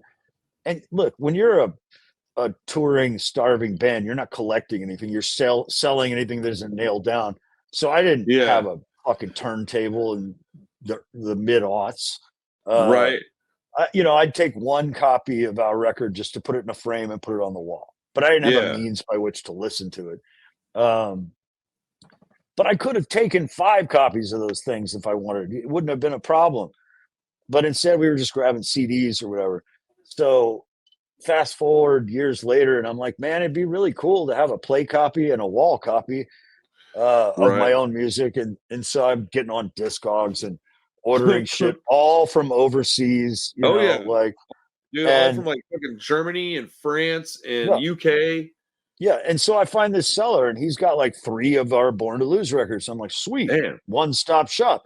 So I place my order, and I get a reply, and it's like, no, I will not sell this to you. And I'm like, what the fuck? That's never happened. And as it turned out, it was Andre, but he had a different handle on Discogs. I think the name was Johnny Rawhead or something. that's But awesome. uh, but he's like, "No, Mr. Klinck, I will not sell you your records. I will send them to you." And so he Oh, he sent gave them me, to you? yeah, he sent me a care That's package of awesome. Born to Lose records, Far From Finished record, all the ACO records, some Hudson Falcons, like all the Oh, stuff Hudson that, Falcons are good too, man. yeah, Hell yeah. dude. First night we met them was in Pomona, and we were opening the show. Rightly so. It was our first West Coast tour. And we walk in and we brought everything in and probably set everything up. And Linsky walks in from the back and he sees us. He's like, "Hey, any of you dudes know where I can find the Born to Lose guys?" And I was like, You're like, I uh, maybe what you need. he's like, "Oh, cool." He's like, "Yeah, I'm friends with Far From Finish. They say you guys are fucking brothers, which makes us brothers. And like, it's good to meet you. Like, just Love that shit, that is who Mark Linsky is and always has been. Didn't know it. dude. Sorry. I mean, I'd seen the Falcons play several times, but never met them. And yeah, we were the opening band, and they just like he went out of his way to just like tell us we were brothers for life. Hey, if ever you're on tour, you and that guy, by the way, his Rolodex is deep. I don't Oh care yeah, what fucking small town you're playing. He has a contact. Oh, you're gonna that's be in crazy. Elko, Nevada. You call this guy. He's got a fucking he does shows down the street or blah blah blah. That's Like awesome. no matter where the like, and I played with Falcons probably more than I played with any band any Oh really? ever. I have never played with them in New Jersey, and that's where they're from. I have Yeah.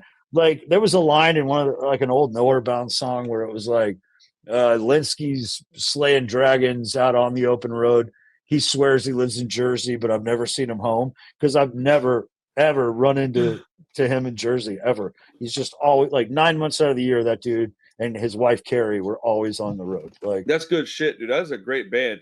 Um, Real quick, dude, I wanted to make sure we talk about this because I don't have like some kind of restriction on time, but I just don't want to forget. I have a terrible fucking memory. So I wanted to talk about Generation Exit for a minute.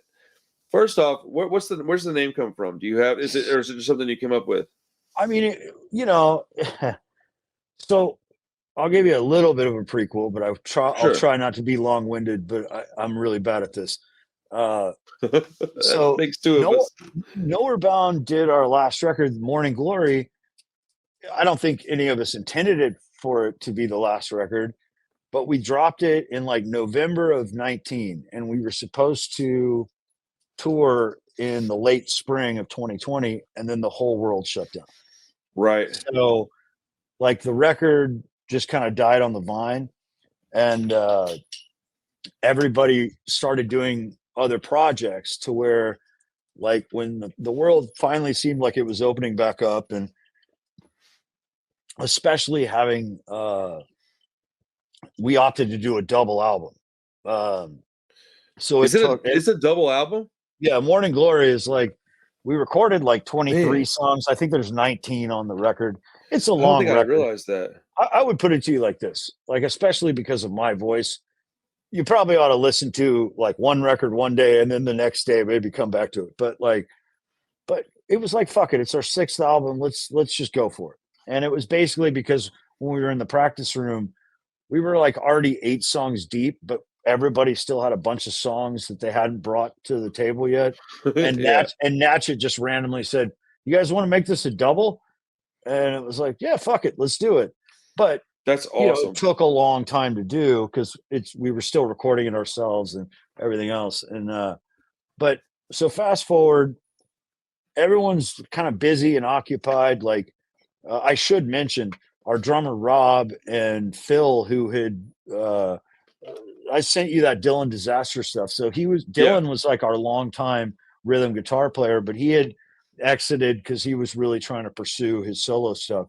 And we got this guy, an old friend, Phil, and the only show we played together was in my living room after South by Southwest got shut down. So we did a live stream on St. Patrick's Day.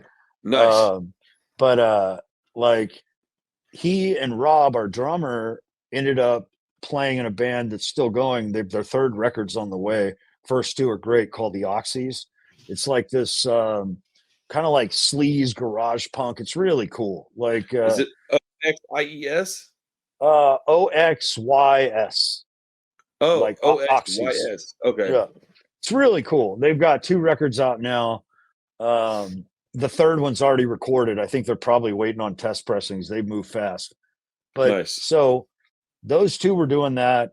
Clint, who was our bass player and my oldest friend, he and Dustin were doing a band called Mayday Mayday, which is sort of like it's in the vein, like they did Riddling Kids together, and it's in that sort Okay. of like kind of pop punk vein. Yeah. It's like poppy Uh, punk meets skate punk. yeah. And Natch was doing a band called Disco Wolves. It's a bummer that they never That's a released a great name. record because it was, oh, it's so good, but they never released anything. I've got demos and it's all good, but I never got a final. They never did a final thing, but he was doing that, and he had done, well, sort of back to early Nowhere Bound days. We were doing like all acoustic, so he was doing like Americana, but leaning really into the like country side of Americana. Okay. And so I was kind of the only one who didn't have anything going. And it was weird because I was like, fuck, I guess we're on hiatus. Like there was never any ill will or bad vibes or anything like that. It just, Oh, everyone was dude, too busy.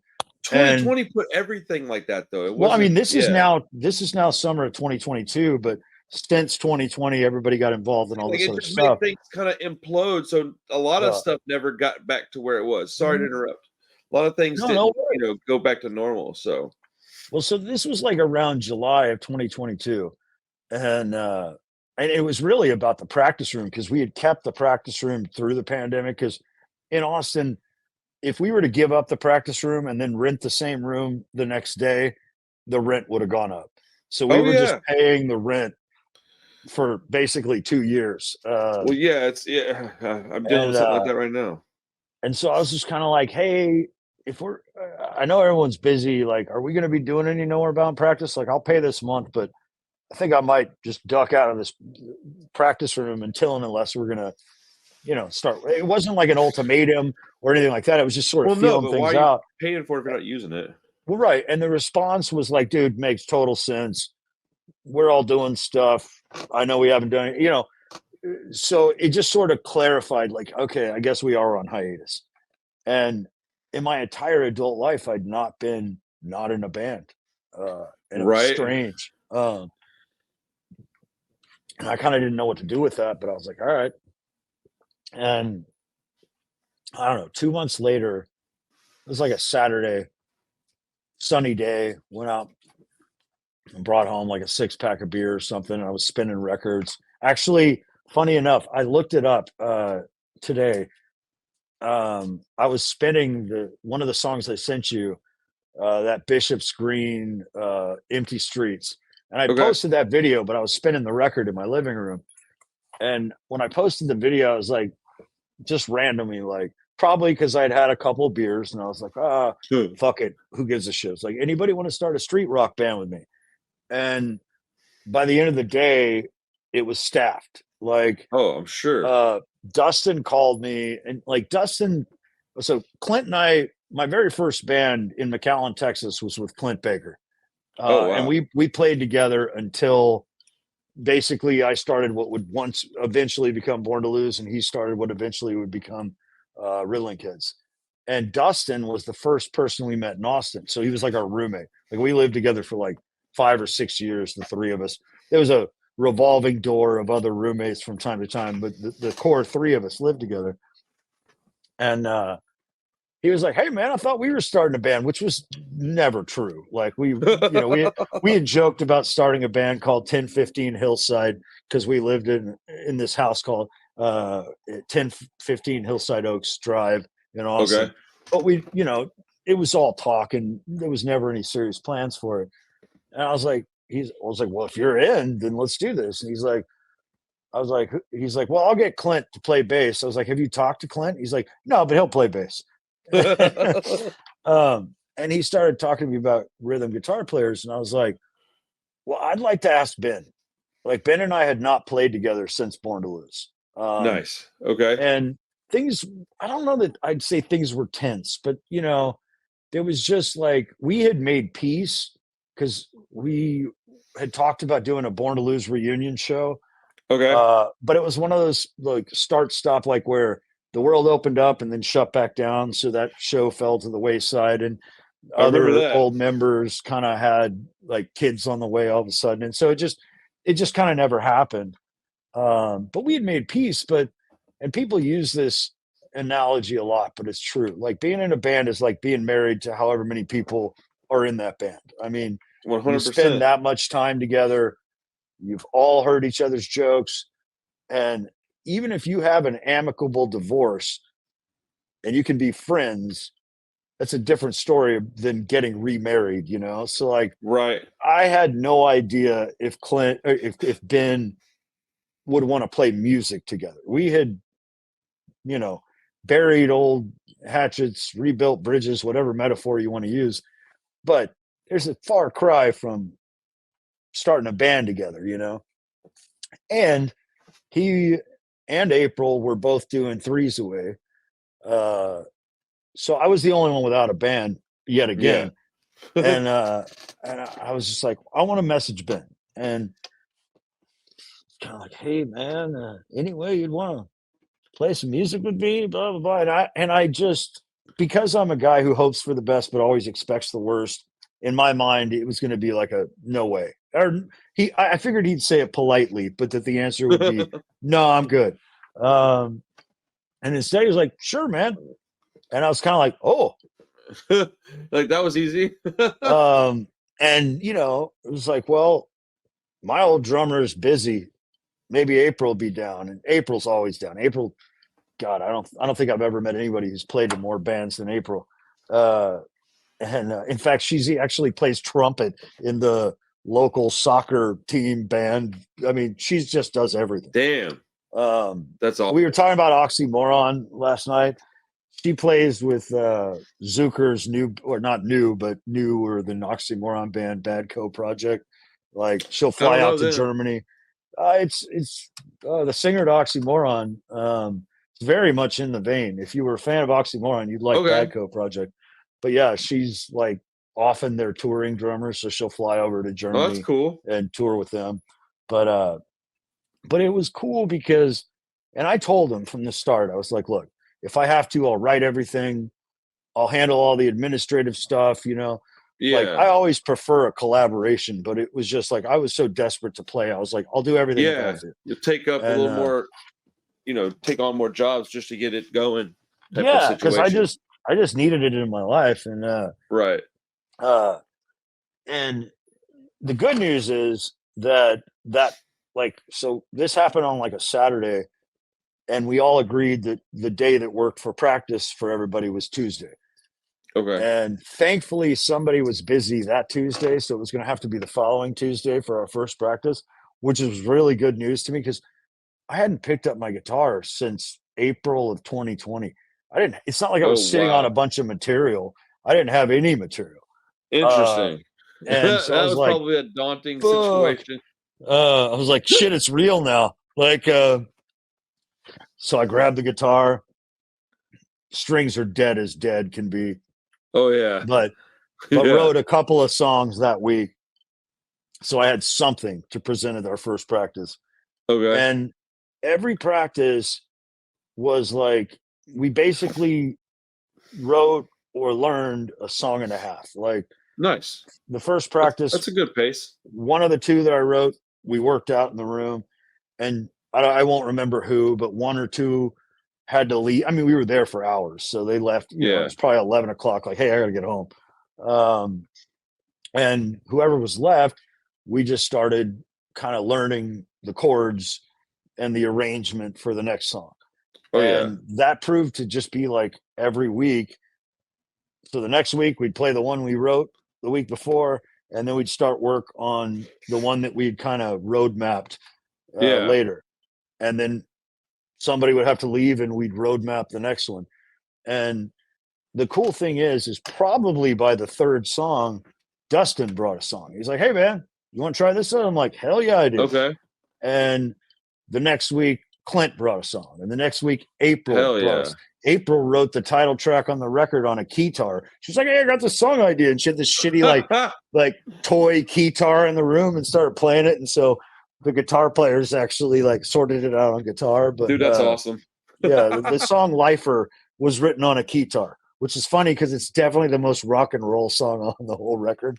But then Ben brought a song and Clint brought another song, and it was like we wrote the record in the room. And I don't think I've done that since Born to Lose, because Nowherebound, everyone, like Nats was a firefighter, so that meant he was like 24 hours on, 2 days off. Yeah. But what that translates to on a calendar means he doesn't have every Tuesday free or every Wednesday. No, it rotates. No, it's not a regularity. It's a pain in the ass. And anyone who's been in a band knows that it's important to have that dedicated day, because otherwise it's too easy for like, fuck it, we won't do it this week. Or dude, that is exactly right, man. Until you set that like every Thursday or every whatever, until that gets set, it's just easy for everyone to fall off.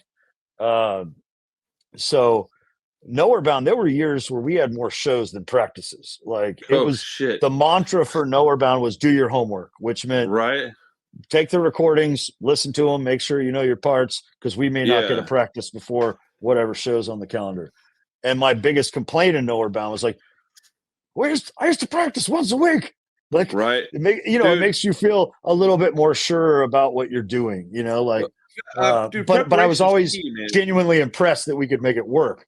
But like, there's no way that band would have worked if we were in our 20s. It only worked Nowherebound, I mean, because we were in our late 30s, early 40s or whatever at the time. But so it was so refreshing to come back to a band, and we're not writing a double record. We're writing a 10 song. And that was the goal from day one. It was like, Okay. and usually when you write a record, you're like, all right, we're going to write 14 songs and record 12 or 10 or whatever. Yeah. Write a bunch and then record the best ones out of the Yeah. group. But like for a first record, especially because everybody wants to travel, it's like, I don't want to say waste the time, but if you do an EP, you're going to spend pretty much the same amount of time. Like a little less time in the studio, a little less time in the practice room, but it's going to be a year before you can put out a new release if you do an EP first. Most of the time. EPs are good and bad though. Yeah. I mean, the cool thing is when you're a new band, you have like, it doesn't make a lot of sense to do EPs until you put out a few records. But when you're Oh, new, you think so? well, here's the truth. EPs just don't sell like regular records. They just don't. I That's true. like No, that is EPs, true. but they don't sell. And when you're trying to book a tour, a promoter wants to hear enough material to where they're sure they want to book. So it was just sort of that like, makes sense too. Okay. Yeah. so it's just a thing where it was like, let's write a record, a short record. We're not going to overwrite it. The first 10 songs we write, that's the record. And so that's what we did. But not since Sweet Misery, actually. We wrote, it was 2.5 months to write the record. Damn. Practicing once a week. So our first practice was like September 27th. First week of December, the record was done. Well, written. That's awesome.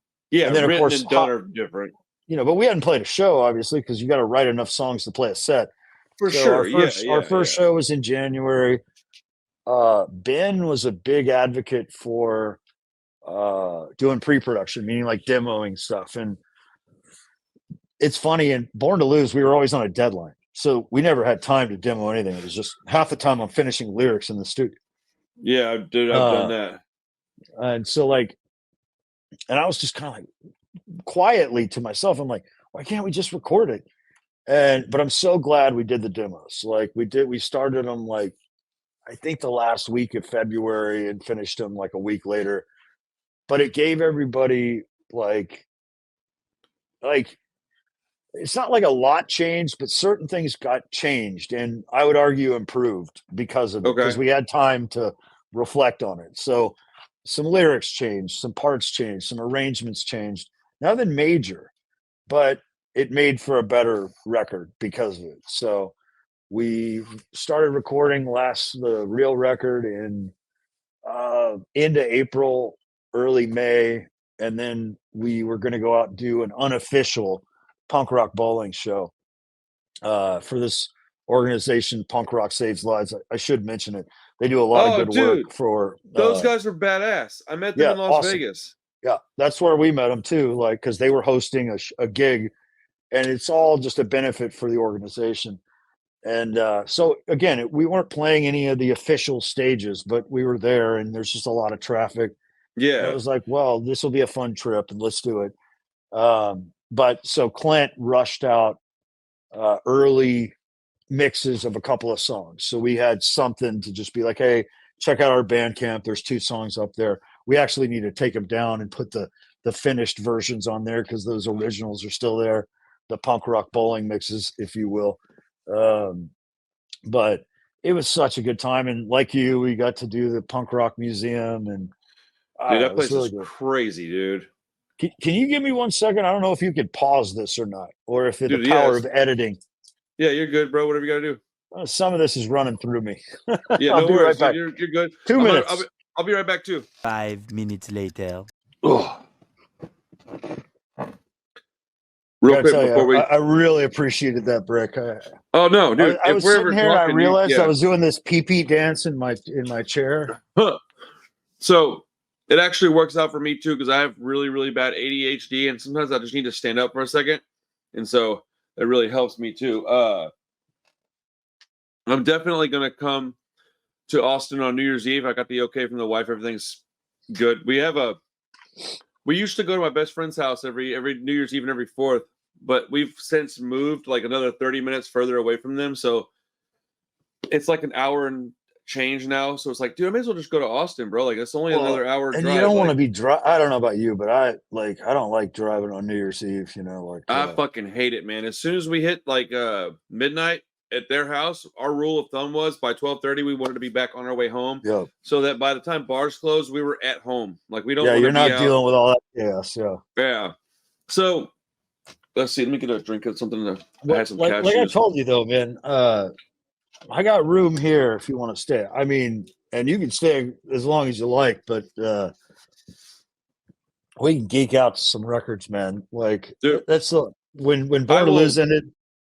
It was like all of a sudden it was like, holy shit, I'm not rich, but I because I'm so anxious, I don't like to go out. And all of a sudden it was like, oh, I have this disposable income. Might as well spend it on records. Hell yeah, dude! I will absolutely take you up on that offer. Like for sure. I am extremely excited to come hang out. I want to film the set because I don't know if you've seen, but I like anytime I go to a show, I film it and I put it up on the channel. Just I saw that on some of the I think Days and Days. Great band, dude, by the way. Yeah, like dude, I've known those guys for so long, and like some people just don't have the means to go to shows, and a lot of people I found out, excuse me, they live in places that just simply don't have them. Like I never really 100%. thought about that. Like so, like if you don't have that, then of course you want to watch this stuff online. So I often go and give up a little bit of my time to go hang out and be in the pit and hang out and be at the front to sit back there and film all of it. Some people think I'm being weird, but I'm like, no, dude, there's a reason. I'm not doing it to be cool. I'm doing it just I enjoy it too, though. I get to go back and watch the set sometimes, and I do enjoy that. But so with Generation Exit, what is the sound going to be kind of with the album? Is it going to be similar to Nowherebound or? Well, when you have a chance, I sent you like the only masters I have are the vinyl masters. So you're going to have to sit down and listen to side A, side B. We got time to get to do that. Got to do that tonight. No worries. But I want to hear it. So I would tell you that if you imagined what Born to Lose would sound like at our age, I'd say it's more because awesome with Nowherebound, like what I loved about that band is that we just stripped away all the rules or genre specificity. It started as an acoustic project, and when we did the first like full band record with Nowherebound, Natch and I were sitting in his shed where we would record shit, and he was like, so what are we going to call the new project? I was like, we're just going to call it Nowherebound. And it wasn't on purpose, but it was like, fuck it, dude, this is a chronicle. But like,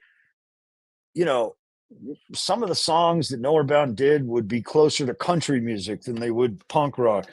Some of it, that's that cowpunk shit. We have a lot of that down here. Yeah. But some of it would just be like without any amplification or just almost country songs.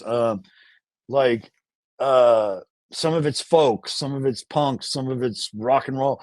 And I loved that about it. But with Generation Exit, it was like, let's make a punk rock record. And that was originally Nowherebound's next record plan was like, okay, all right, we did this double record. Let's just make a straightforward punk rock record. And, but everybody was busy. So, but the fact that it's cool because like Dustin, who I've known forever, he was also in Riddling Kids and a bunch of other bands, but he filled in with Born to Lose for a tour, did a release with us, like a 7-inch release. So there's Born to Lose DNA in at least 3 of us. And Clint I've known since we were 10. We've been playing music together since we were 15 or 16. That's awesome. And it's so great because like when I met him, he was a bass player. He loved being a bass player. And I came up here. It's no secret that I dropped out of college, and it makes sense. I was a philosophy major, for God's sake. That's awesome. But like, And I told you, man, like I told you in that message, it was like Bad Religion convinced me that you could still be a punk rocker and get older. And Frank You Turner know, reminded me that you didn't have to age out, you know. Frank But Turner's like, awesome too. yeah, I could fucking talk about songwriting. Like, because his voice is not usually something I would have been drawn to, but his lyrics and the songwriting is just brilliant on a level that to me Dude, is on par with Brian Fallon, you know. I'm going to interrupt and give you my opinion on that because I honestly I feel the same. His voice is not something I would normally Yeah.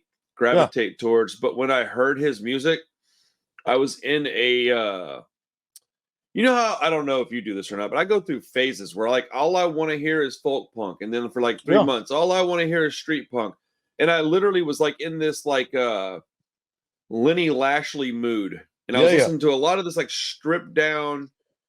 It was everything from that to like really, really acousticy, folky stuff, and Brian I've got Fallon's some solo Lenny stuff. stuff to play for you that you're gonna love. I don't know if you ever got down with the Piss Poor Boys stuff he did, but No, it's honky. dude, I It's can't wait Lenny to come to Austin, Lashley bro. doing honky tonk. So it still Ooh, sounds like Lenny Lashley, but if you strip the vocals away, it sounds like a honky tonk record, not a country, like old school honky tonk. no, honky tonk, yeah, Then you got Lenny dude, that's that's like, awesome, yeah, it was fine. Yeah, bro. I it's love like Lenny. it's Lenny's brilliant. awesome. Sorry, I No, no, interrupted. no. Go But ahead. my point was is that I just stumbled upon Frank Turner when I was in that. I just happened to be in that groove because there's probably artists that I would have liked if I had heard them in that point, but I heard them 3, 4 months before, and I was just like, you know what I'm Yeah, saying? Because it's all about timing. You just if you hear it, 100%. you know what I'm saying? Like, I wish. Sometimes we sleep on records that we've actually heard, Oh, and then bro, someone else plays it for you, and you're just like, wow, how did I not fall in love with this the first time I that heard it? You know? happens a lot. Yeah. You know the band that I kept that I the Donnas is one that I Mhm. when I heard them the first time I heard that Spend the Night record, I was like, I don't really And then Yeah. like years later it like I rediscovered it. I was like, how did I not own this? This is fucking That great, record's man. hard to Like, find on vinyl, by the way. I yes, it still is. haven't I do found it. not I don't have one of those either. I've been on a CD kick lately because they've been a little easier to obtain, but I still Mhm. love vinyl, man. If I preferred method would be vinyl, of course. Dude, I wish I could remember like how discovered Born to Lose's music. I want to say I'm is Waterloo a place in Austin? Yeah. It's one of the few record stores that's, if not the only record store that was around when I moved here in '95 that's still here. Okay, it might have been Waterloo. There was 2 or 3 record stores that I used to go to all the time in Austin, but I don't remember where I first heard your music. But when I did, your vocals is what caught my attention because I'm a big like gravelly vocal style fella. Like Yeah, I Lars can is like turn a one of lot of people off. oh dude, I love the fucking way your voice sounds, man. I was like, yes, this like that's the kind of vocal style I've got as well. A little bit. Yours is far better than mine, but like, uh, I like that style of Lemmy, Lars Fredrickson. Like, I Yeah. really enjoy that kind of voice. And I remember I heard the guitar tone was exactly what I wanted, but it felt like an amalgamation of Rancid and Social Distortion. And I was like, I don't know that you can make better music than this. Like, I really fuck with your shit, bro. Like, heavy, dude. Like, Sweet Misery as an album is, I think, pretty perfect. Probably in my top 5, and the song is probably in my like top 2 or 3 ever.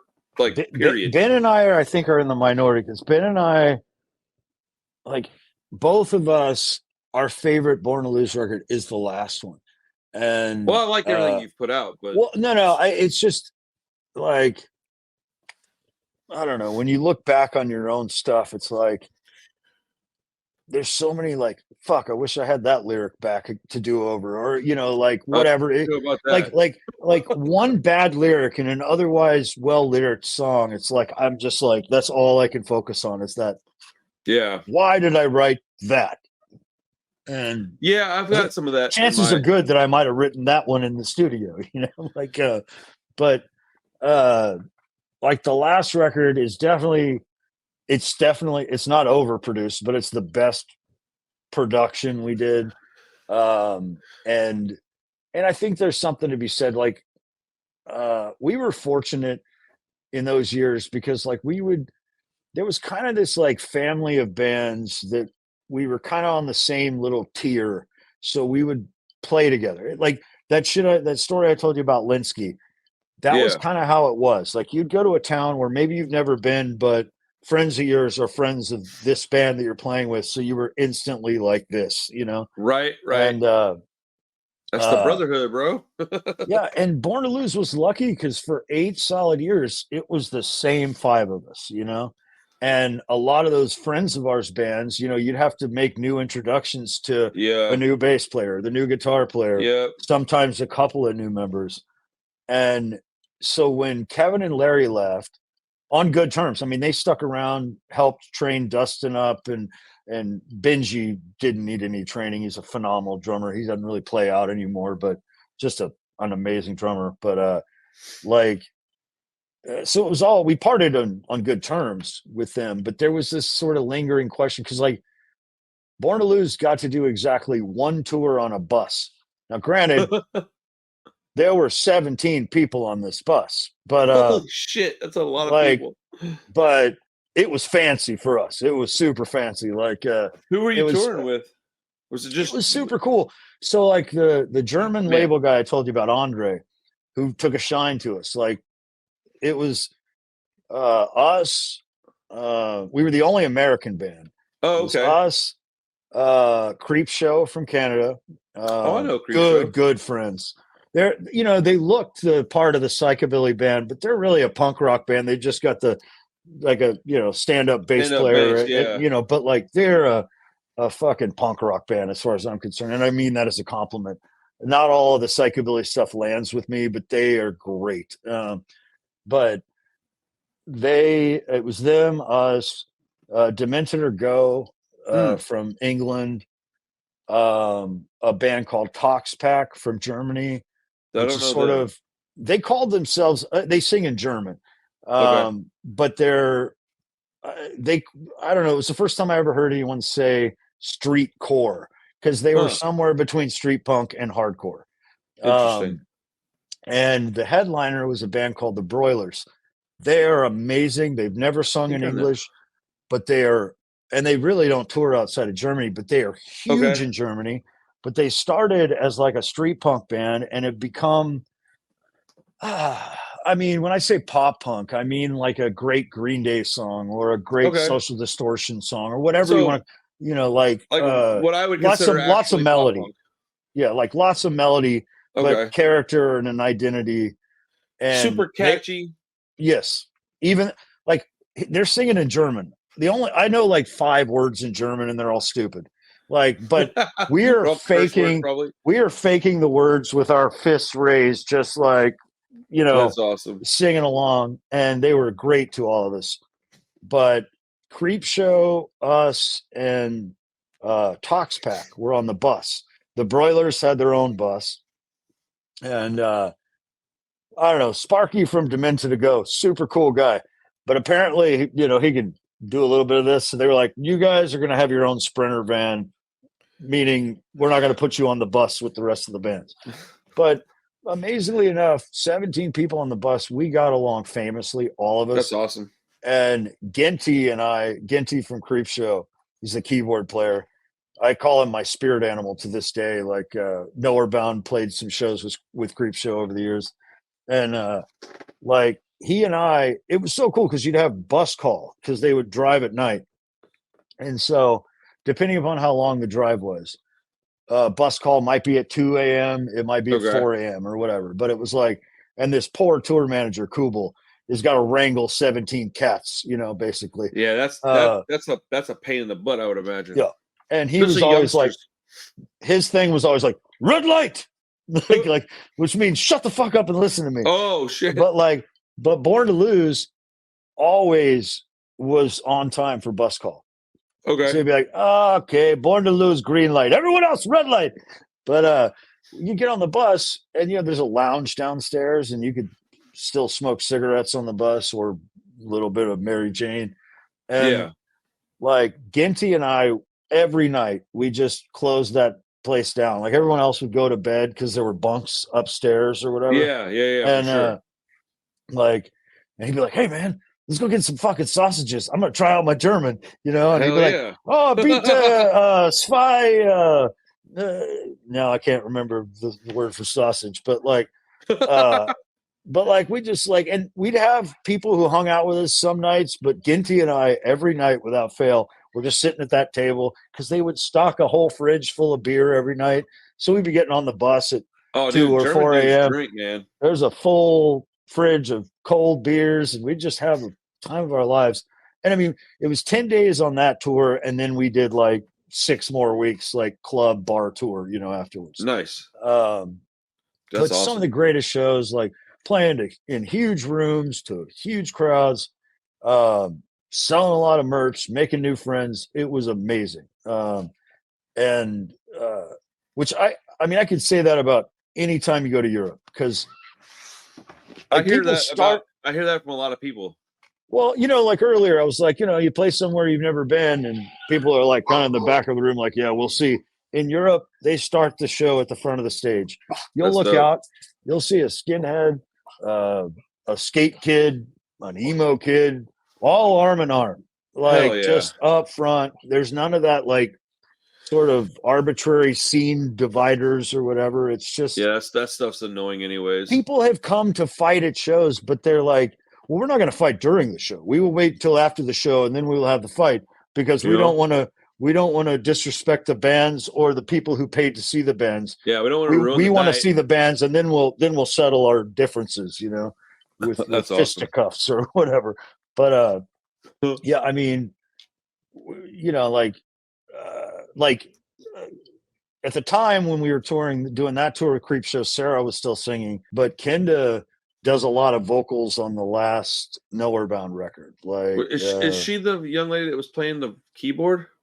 No, wait. No. Let me think. No, she plays guitar. Like Sarah, when Sarah played, she was like the only guitarist, and she would be standing on the bass, you know, like doing her leads and stuff. And Kenda plays guitar, terrible. But they would always have. They'd had 2 guitar players when Kenda was in it. She was the singer, but also a guitarist. Okay. Super talented, incredible voice. Like that band has, in my opinion, really never made a bad record. And they've had 3 singers, and that's a hard thing to do. That is incredibly difficult.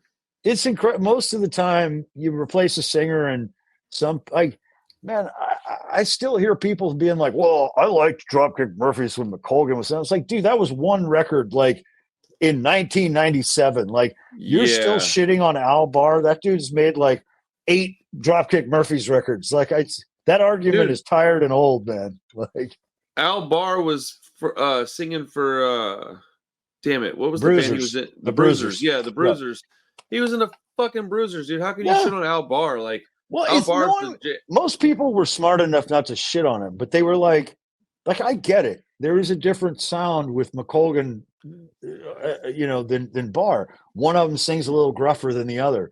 Yeah. I mean, they're different, but like, dude, we got Street Dogs out of it too. So we got like 2 great bands. Like, I'm not even tripping, bro. When Street Dogs first came out, like before the record dropped, they had Fighter online, but you couldn't download it or buy it. It was like, you remember when they would have like a player, like on a page? Yes. And, sorry, I'm making hearts without even trying. Look at that. How'd you do that? Wow. It's some sort of Mac update that just happened. It's been happening accidentally in my work meetings. I'll be like, I'll do this, and all of a sudden, like, fireworks start shooting up from behind. Yeah, that's awesome. I'm not trying to. Like, I'm discovering this by accident. Like, that was that was the best unexpected thing that's ever happened on a podcast I've been a part of. That was awesome. Yeah, well, it made for some confused people in a work meeting one day, and I was like, I don't know what I'm doing. That's Apple decided to celebrate or something. I don't know, but no, like I don't know where we were or if it matters. Well, we were just talking about Street Dogs and Dropkick. Hey, question for you. Yeah. Did you ever know a guy named Pete Sosa that played drums for Street Dogs from Houston? Oh, the name sounds super familiar. He also played with Roger Merritt and the Disasters for a little bit.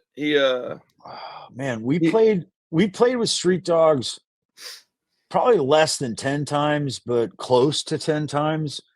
And and like, I mean, I got to know Mike a little bit. Yeah. That dude Got to was know super serious. Johnny a little bit. We were real good friends with Toby. Toby, yeah, Toby was my neighbor for a while. Actually, when I told you I'd be riding that BMX bike, Toby lived like down the street from me at that point. Oh Uh, yeah. that was a good dude, man. You know, he had his demons, we all did, but Toby was cool, man. But Pete was my old drummer, and he ended up playing with like Street Dogs and Roger. I'm so proud of that guy, dude. He's like, fuck, dude, he's the best drummer I've ever heard, man. He's so good. But yeah, that's my one claim to fame is that I had Ryan Taylor and Pete Sosa in my band at one point. Those Yeah, dudes I are mean, fucking amazing musicians. Clint and I, when we moved up to Austin, uh, from McAllen, it was like we had this band. I guess I didn't even finish that story. Clint always played bass, and I came up here for college. Realized very quickly this wasn't going to be for me. I reached out to Clint and I was like, "Hey, man, so I'm coming home for Thanksgiving, as you do." And I was like, "Let's start a band. I'll write songs up here. You write songs down there." And he's like, "I think I got a bass player." And I was like, "Wait, what? You're not playing bass?" He's like, "Trust me. When you get here, you're going to know why I'm not playing bass." That is And sure enough, we were playing with this guy, Jason, and he could play that Maxwell Murder bass solo oh with one shit. finger flipping you off on the front fretboard. It'd be like, and he was just flipping you off. Instead of doing Dude, all this, he was doing it with one finger. And it was like, oh, okay. I understand why you're not playing bass. that's a legendary bass solo, man. You can play Yeah. that thing well. You're doing something right. No, I mean, he's doing it with his fingers, no less, and he's doing it flipping you off with the other hand It's on fucking the awesome. fretboard. But we had this drummer, Ed, who was a couple years younger than us. He was like 17 maybe at the time. And he like, I guess he was kind of fucking up at school, and his mom was a teacher. And so we had to ask her permission if we could like move him up with us to Austin. And she was like, "Well, he's as long as he gets his GED, then yeah, because he's fucking up and he's probably not going to finish school if he stays here," which kind of worked out for us, I guess. And he was a Right. great drummer, but he was also really into BMX. And so we got this place, 9th Street, that's like all these dirt bike jumps. It's still there to this day. One of the Nice. few remaining things in Austin that hasn't gone the way of the dodo. Um, and he'd go out there and build jumps, and he just quit playing music because he was just full on into BMX. Interesting. And he ended up moving out to California, and I think he played in the Sword, and he Hell played, yeah. and then he was playing for Juliette Lewis and the Licks, was Damn, they're dating good her. too. Like, What? yeah. Like, it was like this fucking kid from out of nowhere just moves to, like, played with him when we were terrible. He moved out to LA. He was probably never terrible, but we were. And like, yeah, I mean, like, was making a living as a musician. I don't know what he's doing now. I haven't spoken to him in probably more than a decade, but like, That's it's so just always, crazy though. to your point, it's cool when someone you know like is off Yeah. doing cool shit, like you're Oh, I just love like, it, man. man, I uh, love it. I love being able to watch people that I'm like, okay, I don't want to say it like, oh, I love it when my friends do something. No, I like it when I get to stand back and then watch somebody that I care about, in yeah, whatever degree that is whatever it is, but like, and watch them be successful in something because I yeah. get just as stoked. Like I'm just as excited to talk to you as I would be if like Lars jumped on with me. Like that's just how I am. You Like need to I'm get out more.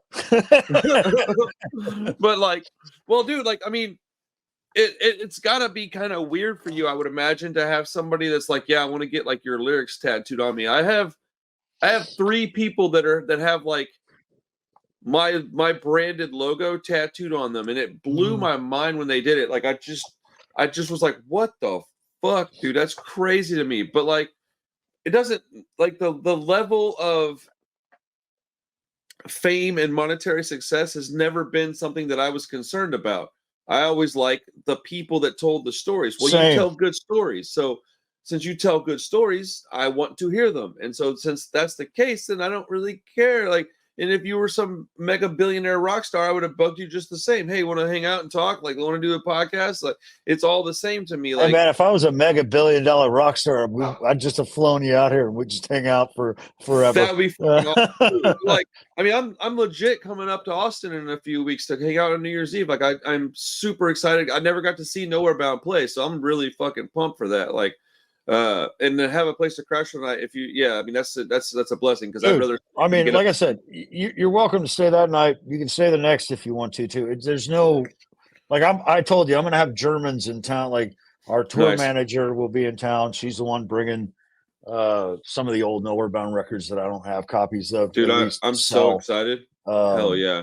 I'll bring a we'll send fistful of some cash for with your me. shop or whatever. And Dude, we'll figure all that shit out when I get there. But I'm definitely trying to pay for as much as I can because I'm just excited to be having this stuff in my store. Like, I'm excited to have the fucking store, bro. Like, this is a lifelong dream, dude. yeah. Like, it's a small little place, but it's cool because when you walk in, you don't have to really find anything. It's all right there in front of you, and it's like 90% punk rock shit. So like, Dude, people you're are like, doing hey, a lot of the shit that I can't figure out how to do but want to do. Like, it's weird, dude. I I don't know mean, how I did any of it. the label stuff, like the vinyl group I watched, I found it because this guy had a YouTube channel called Now Spin, or I think it's just called NTX Vinyl. I think the vinyl Okay. group is Now Spinning, but he's out of Dallas. But just like I geek out to weird shit on YouTube. Like I'm a vinyl geek, so it's not even necessarily about the music. It's about what kind of gear is that? Yeah, I have a little bit of that in me, but yeah, but I got a Fluence RT85 right now. that's a great turntable. I had one of those myself. I don't think I'll ever need to upgrade it, man. I really like it. No, it's I mean, dude, that Ortofon 2M Blue is a fantastic cartridge. So I also have an Artiphone Red on the I have the U-turn, like their top of the line one. And it was a gift from my wife, so I'll never get rid of it. But the Fluence has kind of taken its place as like the number one, but I still think I like the red cartridge a little bit better. And I think it's strictly the red is more aggressive in a good. It's I mean, more if you punchy, yeah. like the blue is clinical. It's like what the record sounds like. That's what you're going to hear. The red has a little bit of like not distortion because it's punchier. It's like it's got more the red to it. The red is what actually like I've been collecting records for probably like come back to the format for at least 8 years. And I was trying to buy like a speaker system for my turntable, and it turned out that it sucked. And I got it on Amazon, so I sent it back and arguably did the responsible thing and bought a bunch of shit I needed around the house. But I still had like this $150 credit on Amazon, and I was like, okay. How much difference could a cartridge make? And I was like, well, I've heard Isn't good things about question? the red. Ooh. And I put it on, and I was rocking like an Audio Technica LP 120 at the time. And I put that red on there, and it changed. It was more of a difference than a turntable upgrade had made. It was more of a difference than a speaker upgrade. It was like, oh my God, I didn't understand that vinyl could sound this good. And it's funny, I use the same, it's the Against Me White Crosses record. Every time I do some sort of upgrade, because that record sounds phenomenal, like for a punk rock record, it's so well produced. I don't know if it's Butch Vig who did it, but it's just really a great sounding album. And anytime I do any kind of like modification or upgrade, I test it by playing that record because I know that record. And I put that record on with the 2M Red and was like, holy shit, I did. And it immediately it made sense to me. I was like, this is the point of contact between media and machine. Of course it makes a difference, but it just, I didn't know anything about hi-fi. And it's so like, I don't know. I love that cartridge. That's what set me. That's the only reason I started upgrading equipment was because of that cartridge. I was like, okay, I get it now. Like I get it. Yeah. I started doing research because like I said, I lost everything in that dumbass flood. And so I had a little comic book shop. I say little, it was actually pretty large, over here in Katy, outside of Houston, for a couple of years. And my wife got me that turntable for a gift because I was starting to rebuild my record collection. And I think I bought, as a matter of fact, I think I got a couple of Rancid albums. I think I bought the 59 Sound. I think that's the one that I bought. It's funny. Same. Like Is everything in that my like your vinyl first collection, stuff that everything in my that you vinyl rebought? like collection, save anything I've stumbled upon since I came back to the format, was basically me buying records I already owned digitally, or in the case of Oh Rancid, on yeah, multiple formats over oh yeah, multiple years.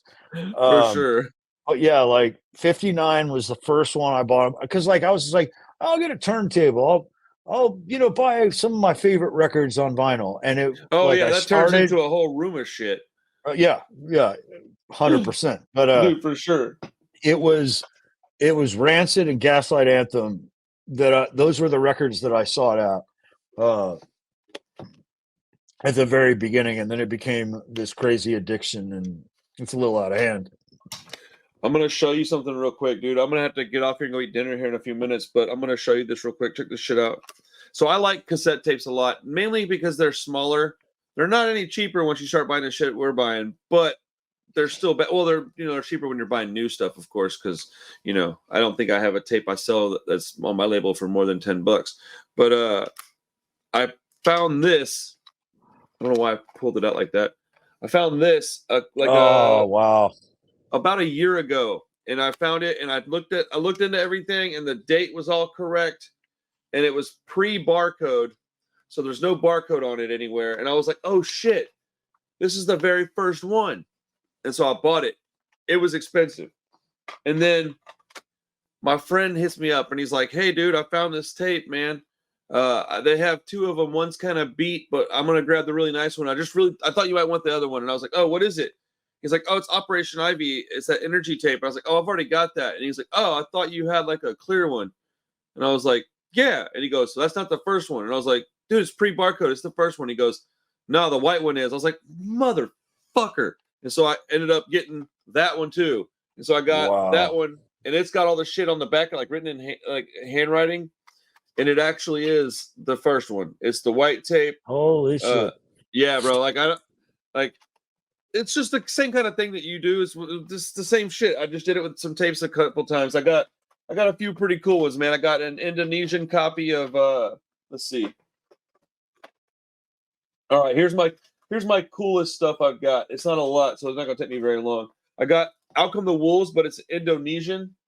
And so I don't Nice. even know if it's actually legit, because this is what it's supposed to look like. But the cover looks better than it does stretched out. Like, this is the legit one, and it's Yeah. like stretched out. This one Yeah, looks they more. just did this to fill the space, Yeah, because this both one actually CDs looks and better. vinyl. Right. Or the Okay. square. Before we get off, I got two records I got to grab to show you. Oh yeah, I still got two Hold things I on want to one show you. So second. go grab them. Go grab them, dude. No, Like yeah, take your time. the cool thing about collecting records for a long time is, at some point you get to the point where you're just looking for those grails, if you Oh will, yeah. the ones that you've been looking for a Oh, decade or whatever. I got one of those too. I'm gonna have to show you. So Hold yeah, on. go grab them. 5 minutes later. Okay, so I might have grabbed more than the two that I said, but Hell yeah. so like this last year, I finally was just like, all right, I'm gonna bite the bullet. And the cool thing about punk rock records is most of them haven't gone up in price. It's only the Shit, you're super buying hard to different records find than I stuff. am. Well, okay, in fairness, I had a little bit of a head start, but like what I loved is, while I was watching Maybe. everybody else starting to pay $40 a record, I was still buying records between 15 and $25 most of the time. Nice. But so this is the Explosion. Ooh, is that black tape? It is black tape. It's fucking good record. It's one of 300. They only pressed it once, so like, dude, holy it's shit, impossible to find. Is it really? That's a good record. I have it on CD, but I didn't know the vinyl is that hard to find. Is it that? It's a great tape, but or a great record, but it's impossible to find. Damn, that's crazy. And it's never going to get repressed, So it's just one of any those, particular reason why you think? Because the band's broken up, and it's like a lot of the stuff is like, if you sleep on punk rock records, a lot of times you're just not going to get them. Like, dude, that's why. Yeah, bro, that's why I like selling them at my shop. I can get my hands on stuff sometimes. Like, well, here's the thing: like none of us are rich enough to do even big pressings to begin with. Shit, no, hell no, we're not. Let alone repressings. So So these are less exciting, but were hard to find. And this is my youth right here. Dude, just out of curiosity, I looked up. Wow. These Ooh, are boogada, harder boogada, to find boogada. too. Damn. Yeah. Is that like a man? That green is pretty. The original was pink, but Oh, was it? this was repressed in like the late 90s. And so not as hard to find as some of these other ones, but hard to find.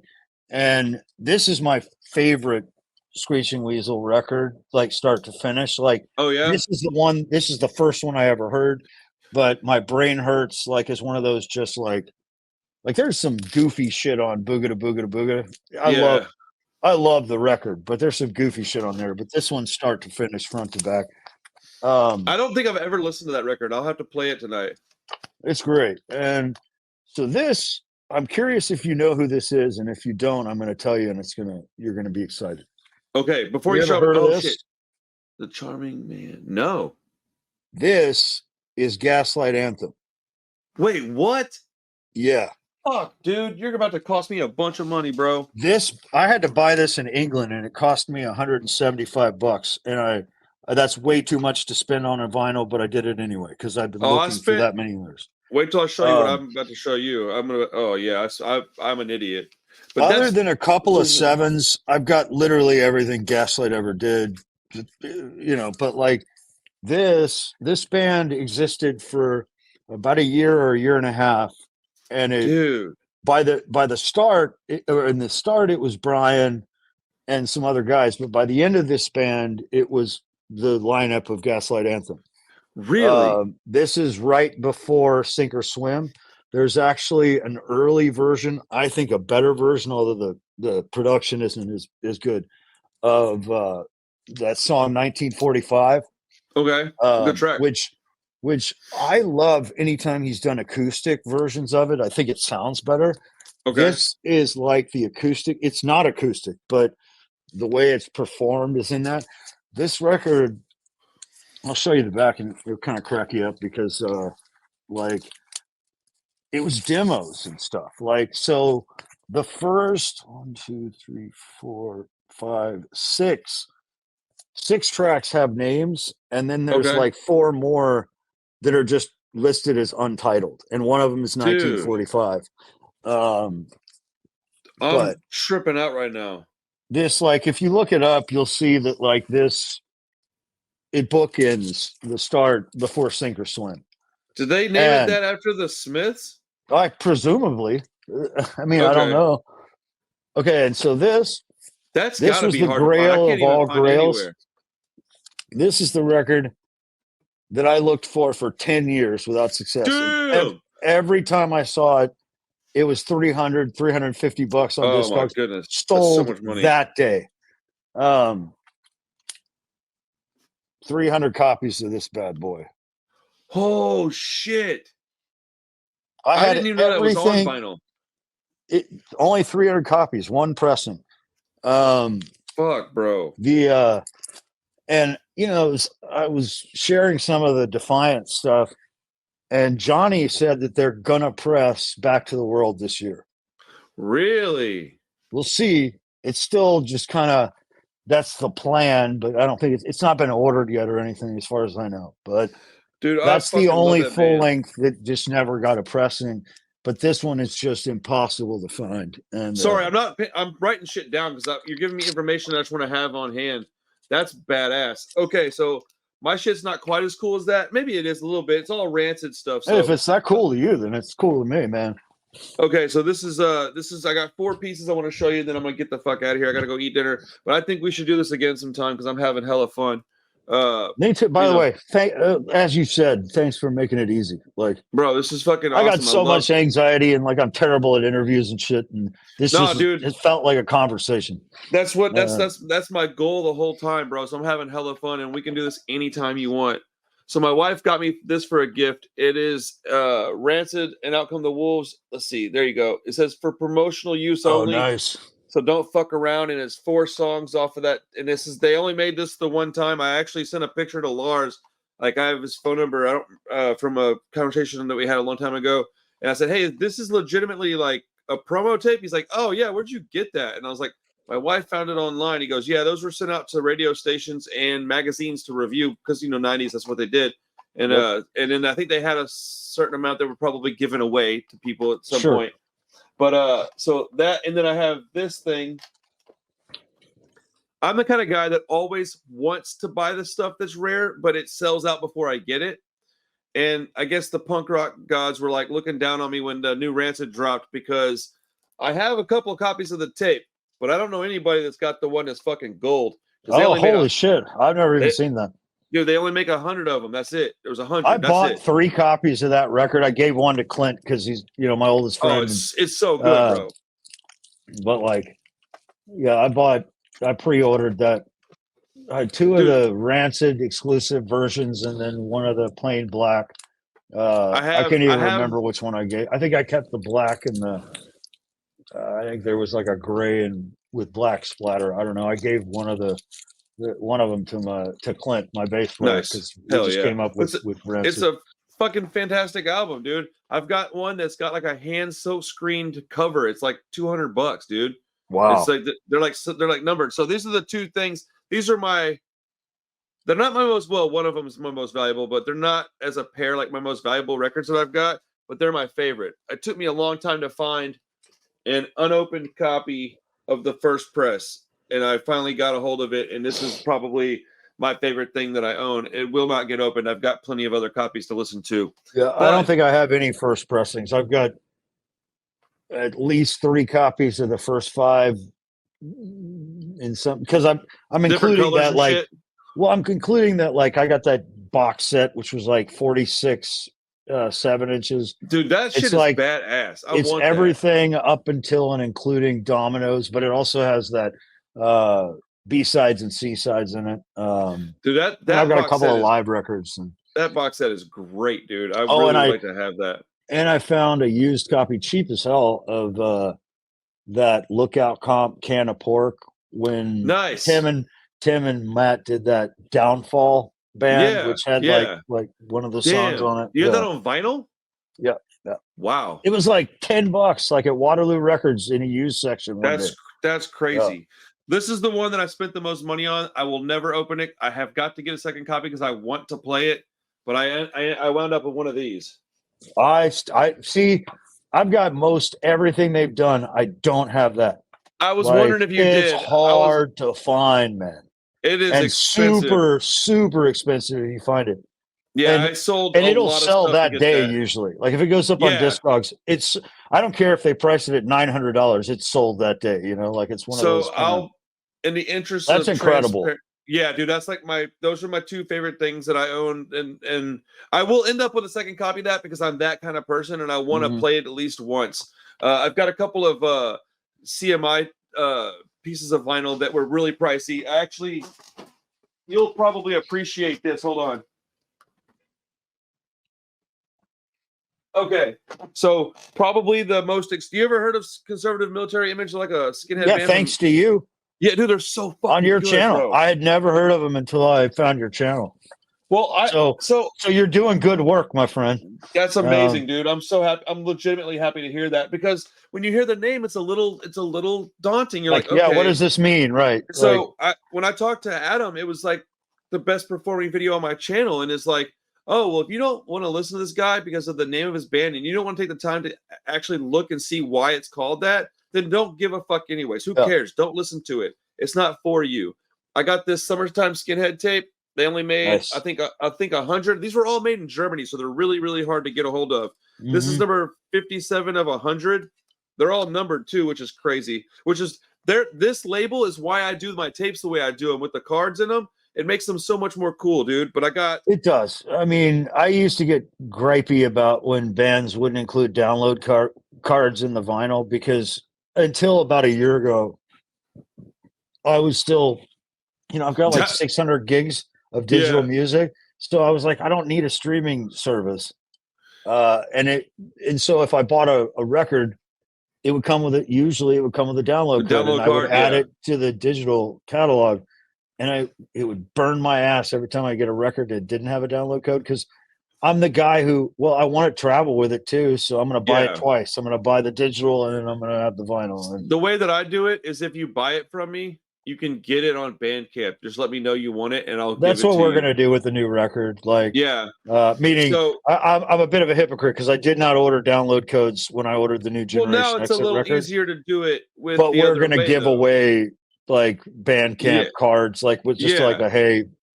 Like, I don't even think we're going to charge on Bandcamp. It's just going to, I think we'll probably put our music up there for free there Fuck yeah. because Well, I'm gonna have. everybody has streaming. Like, hopefully they'll buy a t-shirt at a show, but Well, I mean, you're gonna get people like me that are gonna support, and I'm gonna buy a bunch of stuff, so that'll make up for some of the people that can't. hey man, it's like Joey from the Briggs, his every project or solo shit he's put it up on Dude. Bandcamp, and it's like $0, but you can donate. So I always Yeah, just said, that's here's dude. $5 for the song or whatever. That's awesome. He yeah. sent me some free shit, and I didn't even realize it was him. Yeah. But I tracked one of these down. This is like one of their early 7-inches, and dude, okay, so just because I want to show you how fucking stupid I can be. This tape was $150, bro, and I mean like $150. This was, I think, like $125. And then this thing here, but I mean, these are gonna go so high whenever this band there's no chance they don't blow the fuck up, bro. They're already pretty big. I tracked one of these fucking things down, dude. It's a 5-inch, it's one song, it's lathe cut, and it's Wow. dude, it was $250 fucking dollars, bro. Dude, like, I just then anytime you go to Pirates Press, it must be a party because it's so cheap there. Like, yeah, dude. like, Well, I don't do this stuff very often, man. This is like on level. No, of me like, neither. I would put these guys up there with like what I like about like your shit and Rancid, and it's that kind of stuff to me. I love this dude's music. His lyrics are fucking amazing. Well, and it's like you mentioned Nothington on a show maybe yesterday or the day before. Good. And like I looked for years for All In on vinyl, and I had a friend who had a copy, and she was like, actually my tour manager, who you'll meet. Nice. And dude, Nothing is like, so good. She was like, nope, you can't have it. Dude, we played with that band in San Antonio, but we were on tour with Angel City Outcasts and they're good too. 56. Ooh. And we get to San Antonio. It's one of those nights where you get to a venue and they're like, oh, there's 10 bands playing tonight. And you're like, oh, fuck me. Like, just because like, that never really goes well. And like they had a bar side and a show side. So we were on the bar side, okay, having some beers. We've been on the road for a while and you could smoke on the bar side. And this band starts playing. And at first I'm like, is this a local band? And by the way, what I'm hearing is, well, I'll sing for us, and I'm like, oh yeah. I'm like, and like, I'm hearing this song through the wall and I'm like, this is pretty good. And I was like, all right, hang on guys. I'm gonna go check this out. And I walked in, it was Nothington. Never heard of them. So good. It was they were touring that record. They were a new band. And I just like, instead of even trying to negotiate with their merch guy, hey, you want to do the trades? Because when you're on the road, you're like, hey, you guys want to trade records? It's much I didn't even easier bother. to do that. I just walked up. I was like, here's $20 or $10 or whatever it was. Like, give me that. Whatever I'm hearing, give me that. And dude, that's and amazing. I collected all of their records on vinyl, but I could never find a copy of All In. And then of all people, of that. I do as of recently because I had it on CD and I had it digitally. I don't really have any CDs anymore. Like I don't have a means other than my PlayStation. I don't think I could play a CD anymore. Bro, which is weird. Dude, weird to say, but it's true. I got a whole setup. I got a tape deck, CD player, and I got a boombox. I went and bought like a DVD player and plugged it into my receiver, thinking that would work, but it was just kind of distorted. It is kind of bad, and I've done that too, like, bro. Because I try to listen to everything on the same speakers, because then it's like it's like putting a vinyl on a Crosley. You're like, you know what I mean? Like, and I'm not shitting on Crosleys or anything. I am. They're fucking terrible. I mean, they'll ruin your records, man. I mean, for me, it's more just like, if you're used to listening to records or CDs or digital, whatever, and you're used to hearing it at this level, and then you hear it on something subpar, and that was my experience with plugging a DVD player into my system. So, and I was like, well, I'm not going to in 2023 buy a $600 Marantz CD player, so I guess I'm just going to stick with vinyl. Dude, do you want a CD player if I can get you one for no money? I mean, I need to plug one in. I was helping my dad clear out a warehouse about a year ago, and there was this like unopened. I mean, it's a no-name brand, but like a 5-disc carousel, and I just Nice. haven't plugged it in yet. So for all I Dude, know, I could be up and running. But like when I first experimented to go down that rabbit hole, it's like it was a failed experiment, so I just didn't pursue it any further. It's still sitting in my front room in the box, like oh wow. Dude, it probably but I works mean, fine. it's not like a Pioneer or anything like that. It's some brand that neither Dude, one of us have ever heard of. But with CD players, you don't need a really top end brand. You just need it to work, especially if you're going to take care of your stuff, which I feel like based on the small amount of photos I've seen that you do take care of your things. But the way I do my music purchasing is if it's a really important album to me, I have to have it on vinyl and CD. And if I can afford a cassette too, then a cassette. yeah.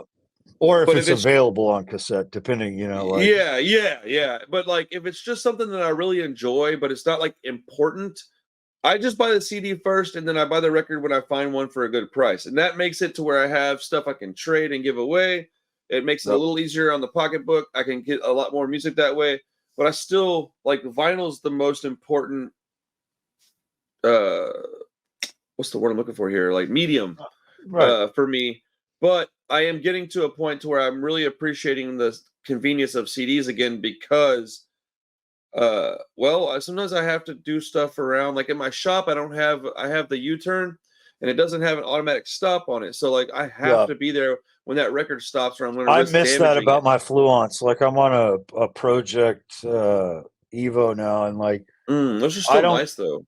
Oh yeah, well, and I put a lot of money into like second like upgrading stuff, like. Okay. But the Fluence, like I don't think I appreciated auto stop nearly as much until I was without it, and I was like, That's because exactly what happened to if me. I'm sitting on this back porch with friends and we're talking, and the record comes to an end, it's like they It could be in just mid sentence, and I'm like, hold on, guys, I gotta either flip dude, the record or lift the needle, at least and stop it. Yeah, at knowing that least it stop just it. stopped on its own was like cool. It's not just spinning in the dead wax or whatever, like Well, so uh whenever she bought me that U-turn, I almost bought the Fluence, but I literally chose to get the one that was one button and hand done because I was trying to be as analog as possible. mhm.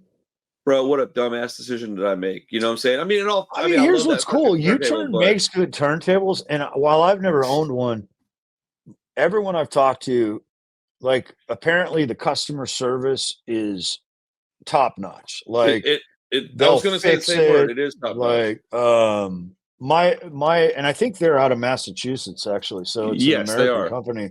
They're American made Um, out of Massachusetts somewhere. but I mean, everyone I know who's had a U-Turn is been more than happy with it. Like, I'm as audiophile as I can get within my budget for the most part. Like I could probably get some better speakers down the road, but like, you know, I'm waiting to get some Bowers and all Wilkins in, I've got speakers, about dude. $1,200 into my turntable at this point. I mean, That's a it, pretty penny, man. That's a lot of it was money. 600 out of the box, but it was just incremental upgrades over the years from Yeah. cartridge to, platters, sub platters, just geeky stuff that no one Oh, cares that's about. I Uh, mean, I definitely care about it. That's exactly how I am with my stuff. I'm not. I think you're just a rung above me on that ladder, but I'm definitely there hanging out in that stuff.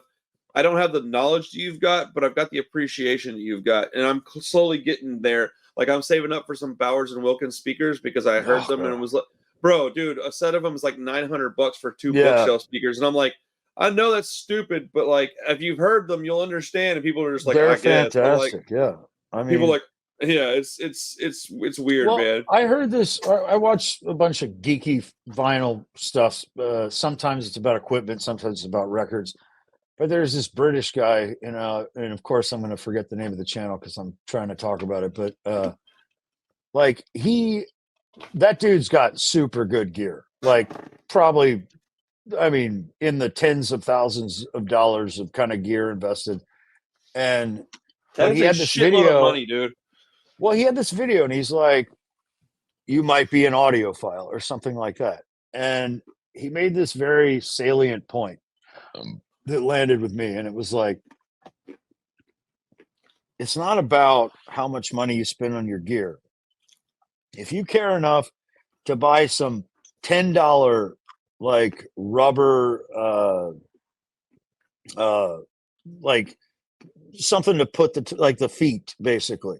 Okay.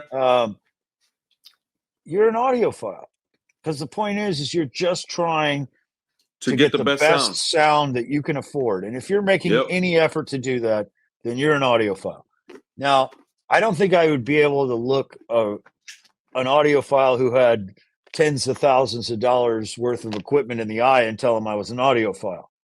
But I appreciated this point that the guy was making. He's like, I'm right you get there a new with you. platter, you get a new cartridge, then you're an audiophile.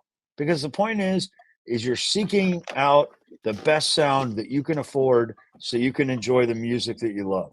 That's it, and right that there. resonated with me. And I was like, okay, maybe I am an audiophile.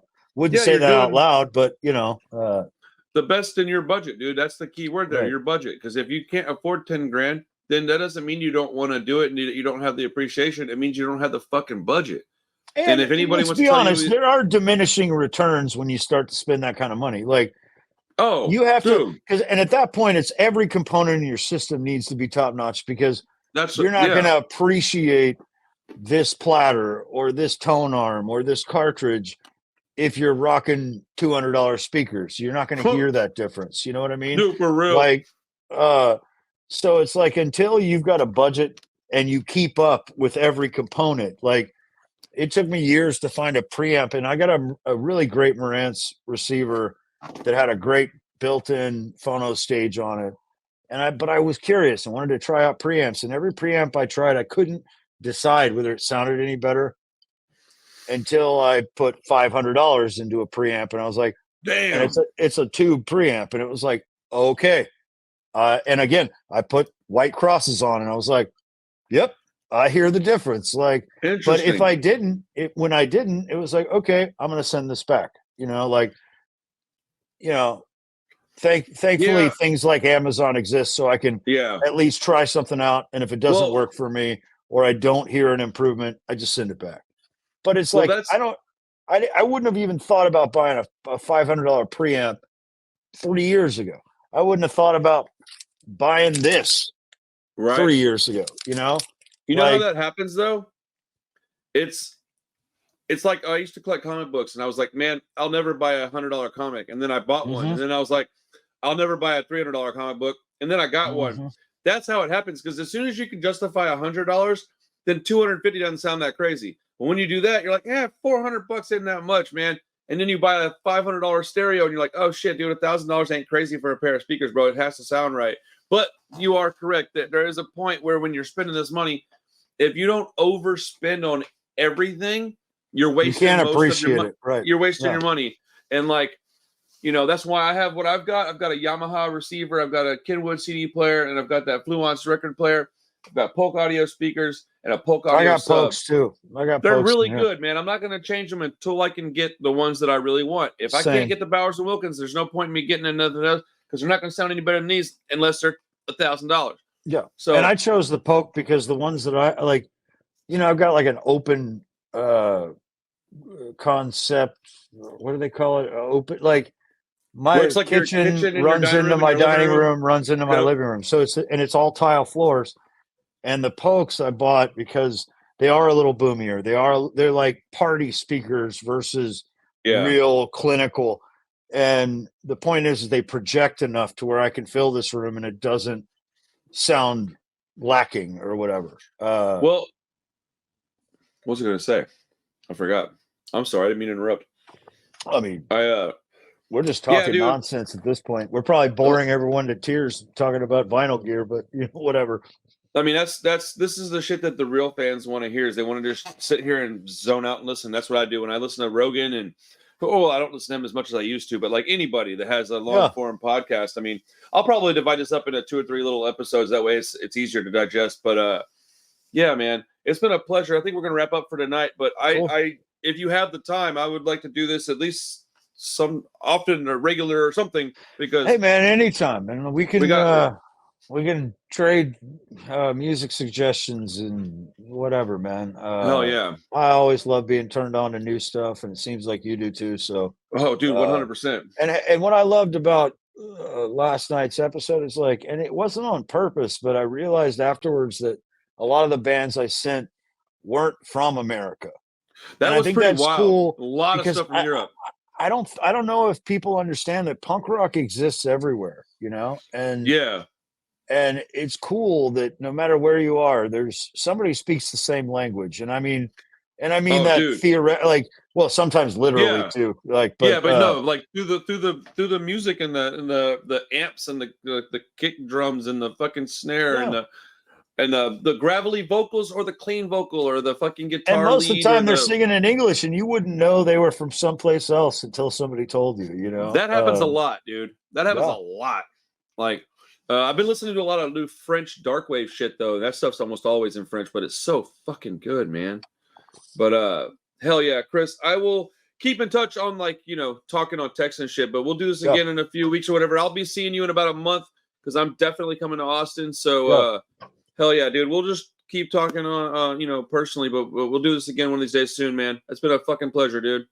Absolutely. Hell yeah, hey brother. man, I'm sure we'll talk between now and then, but we'll talk more before you come, and we'll figure out what you want to do, what you need to do, and what you need.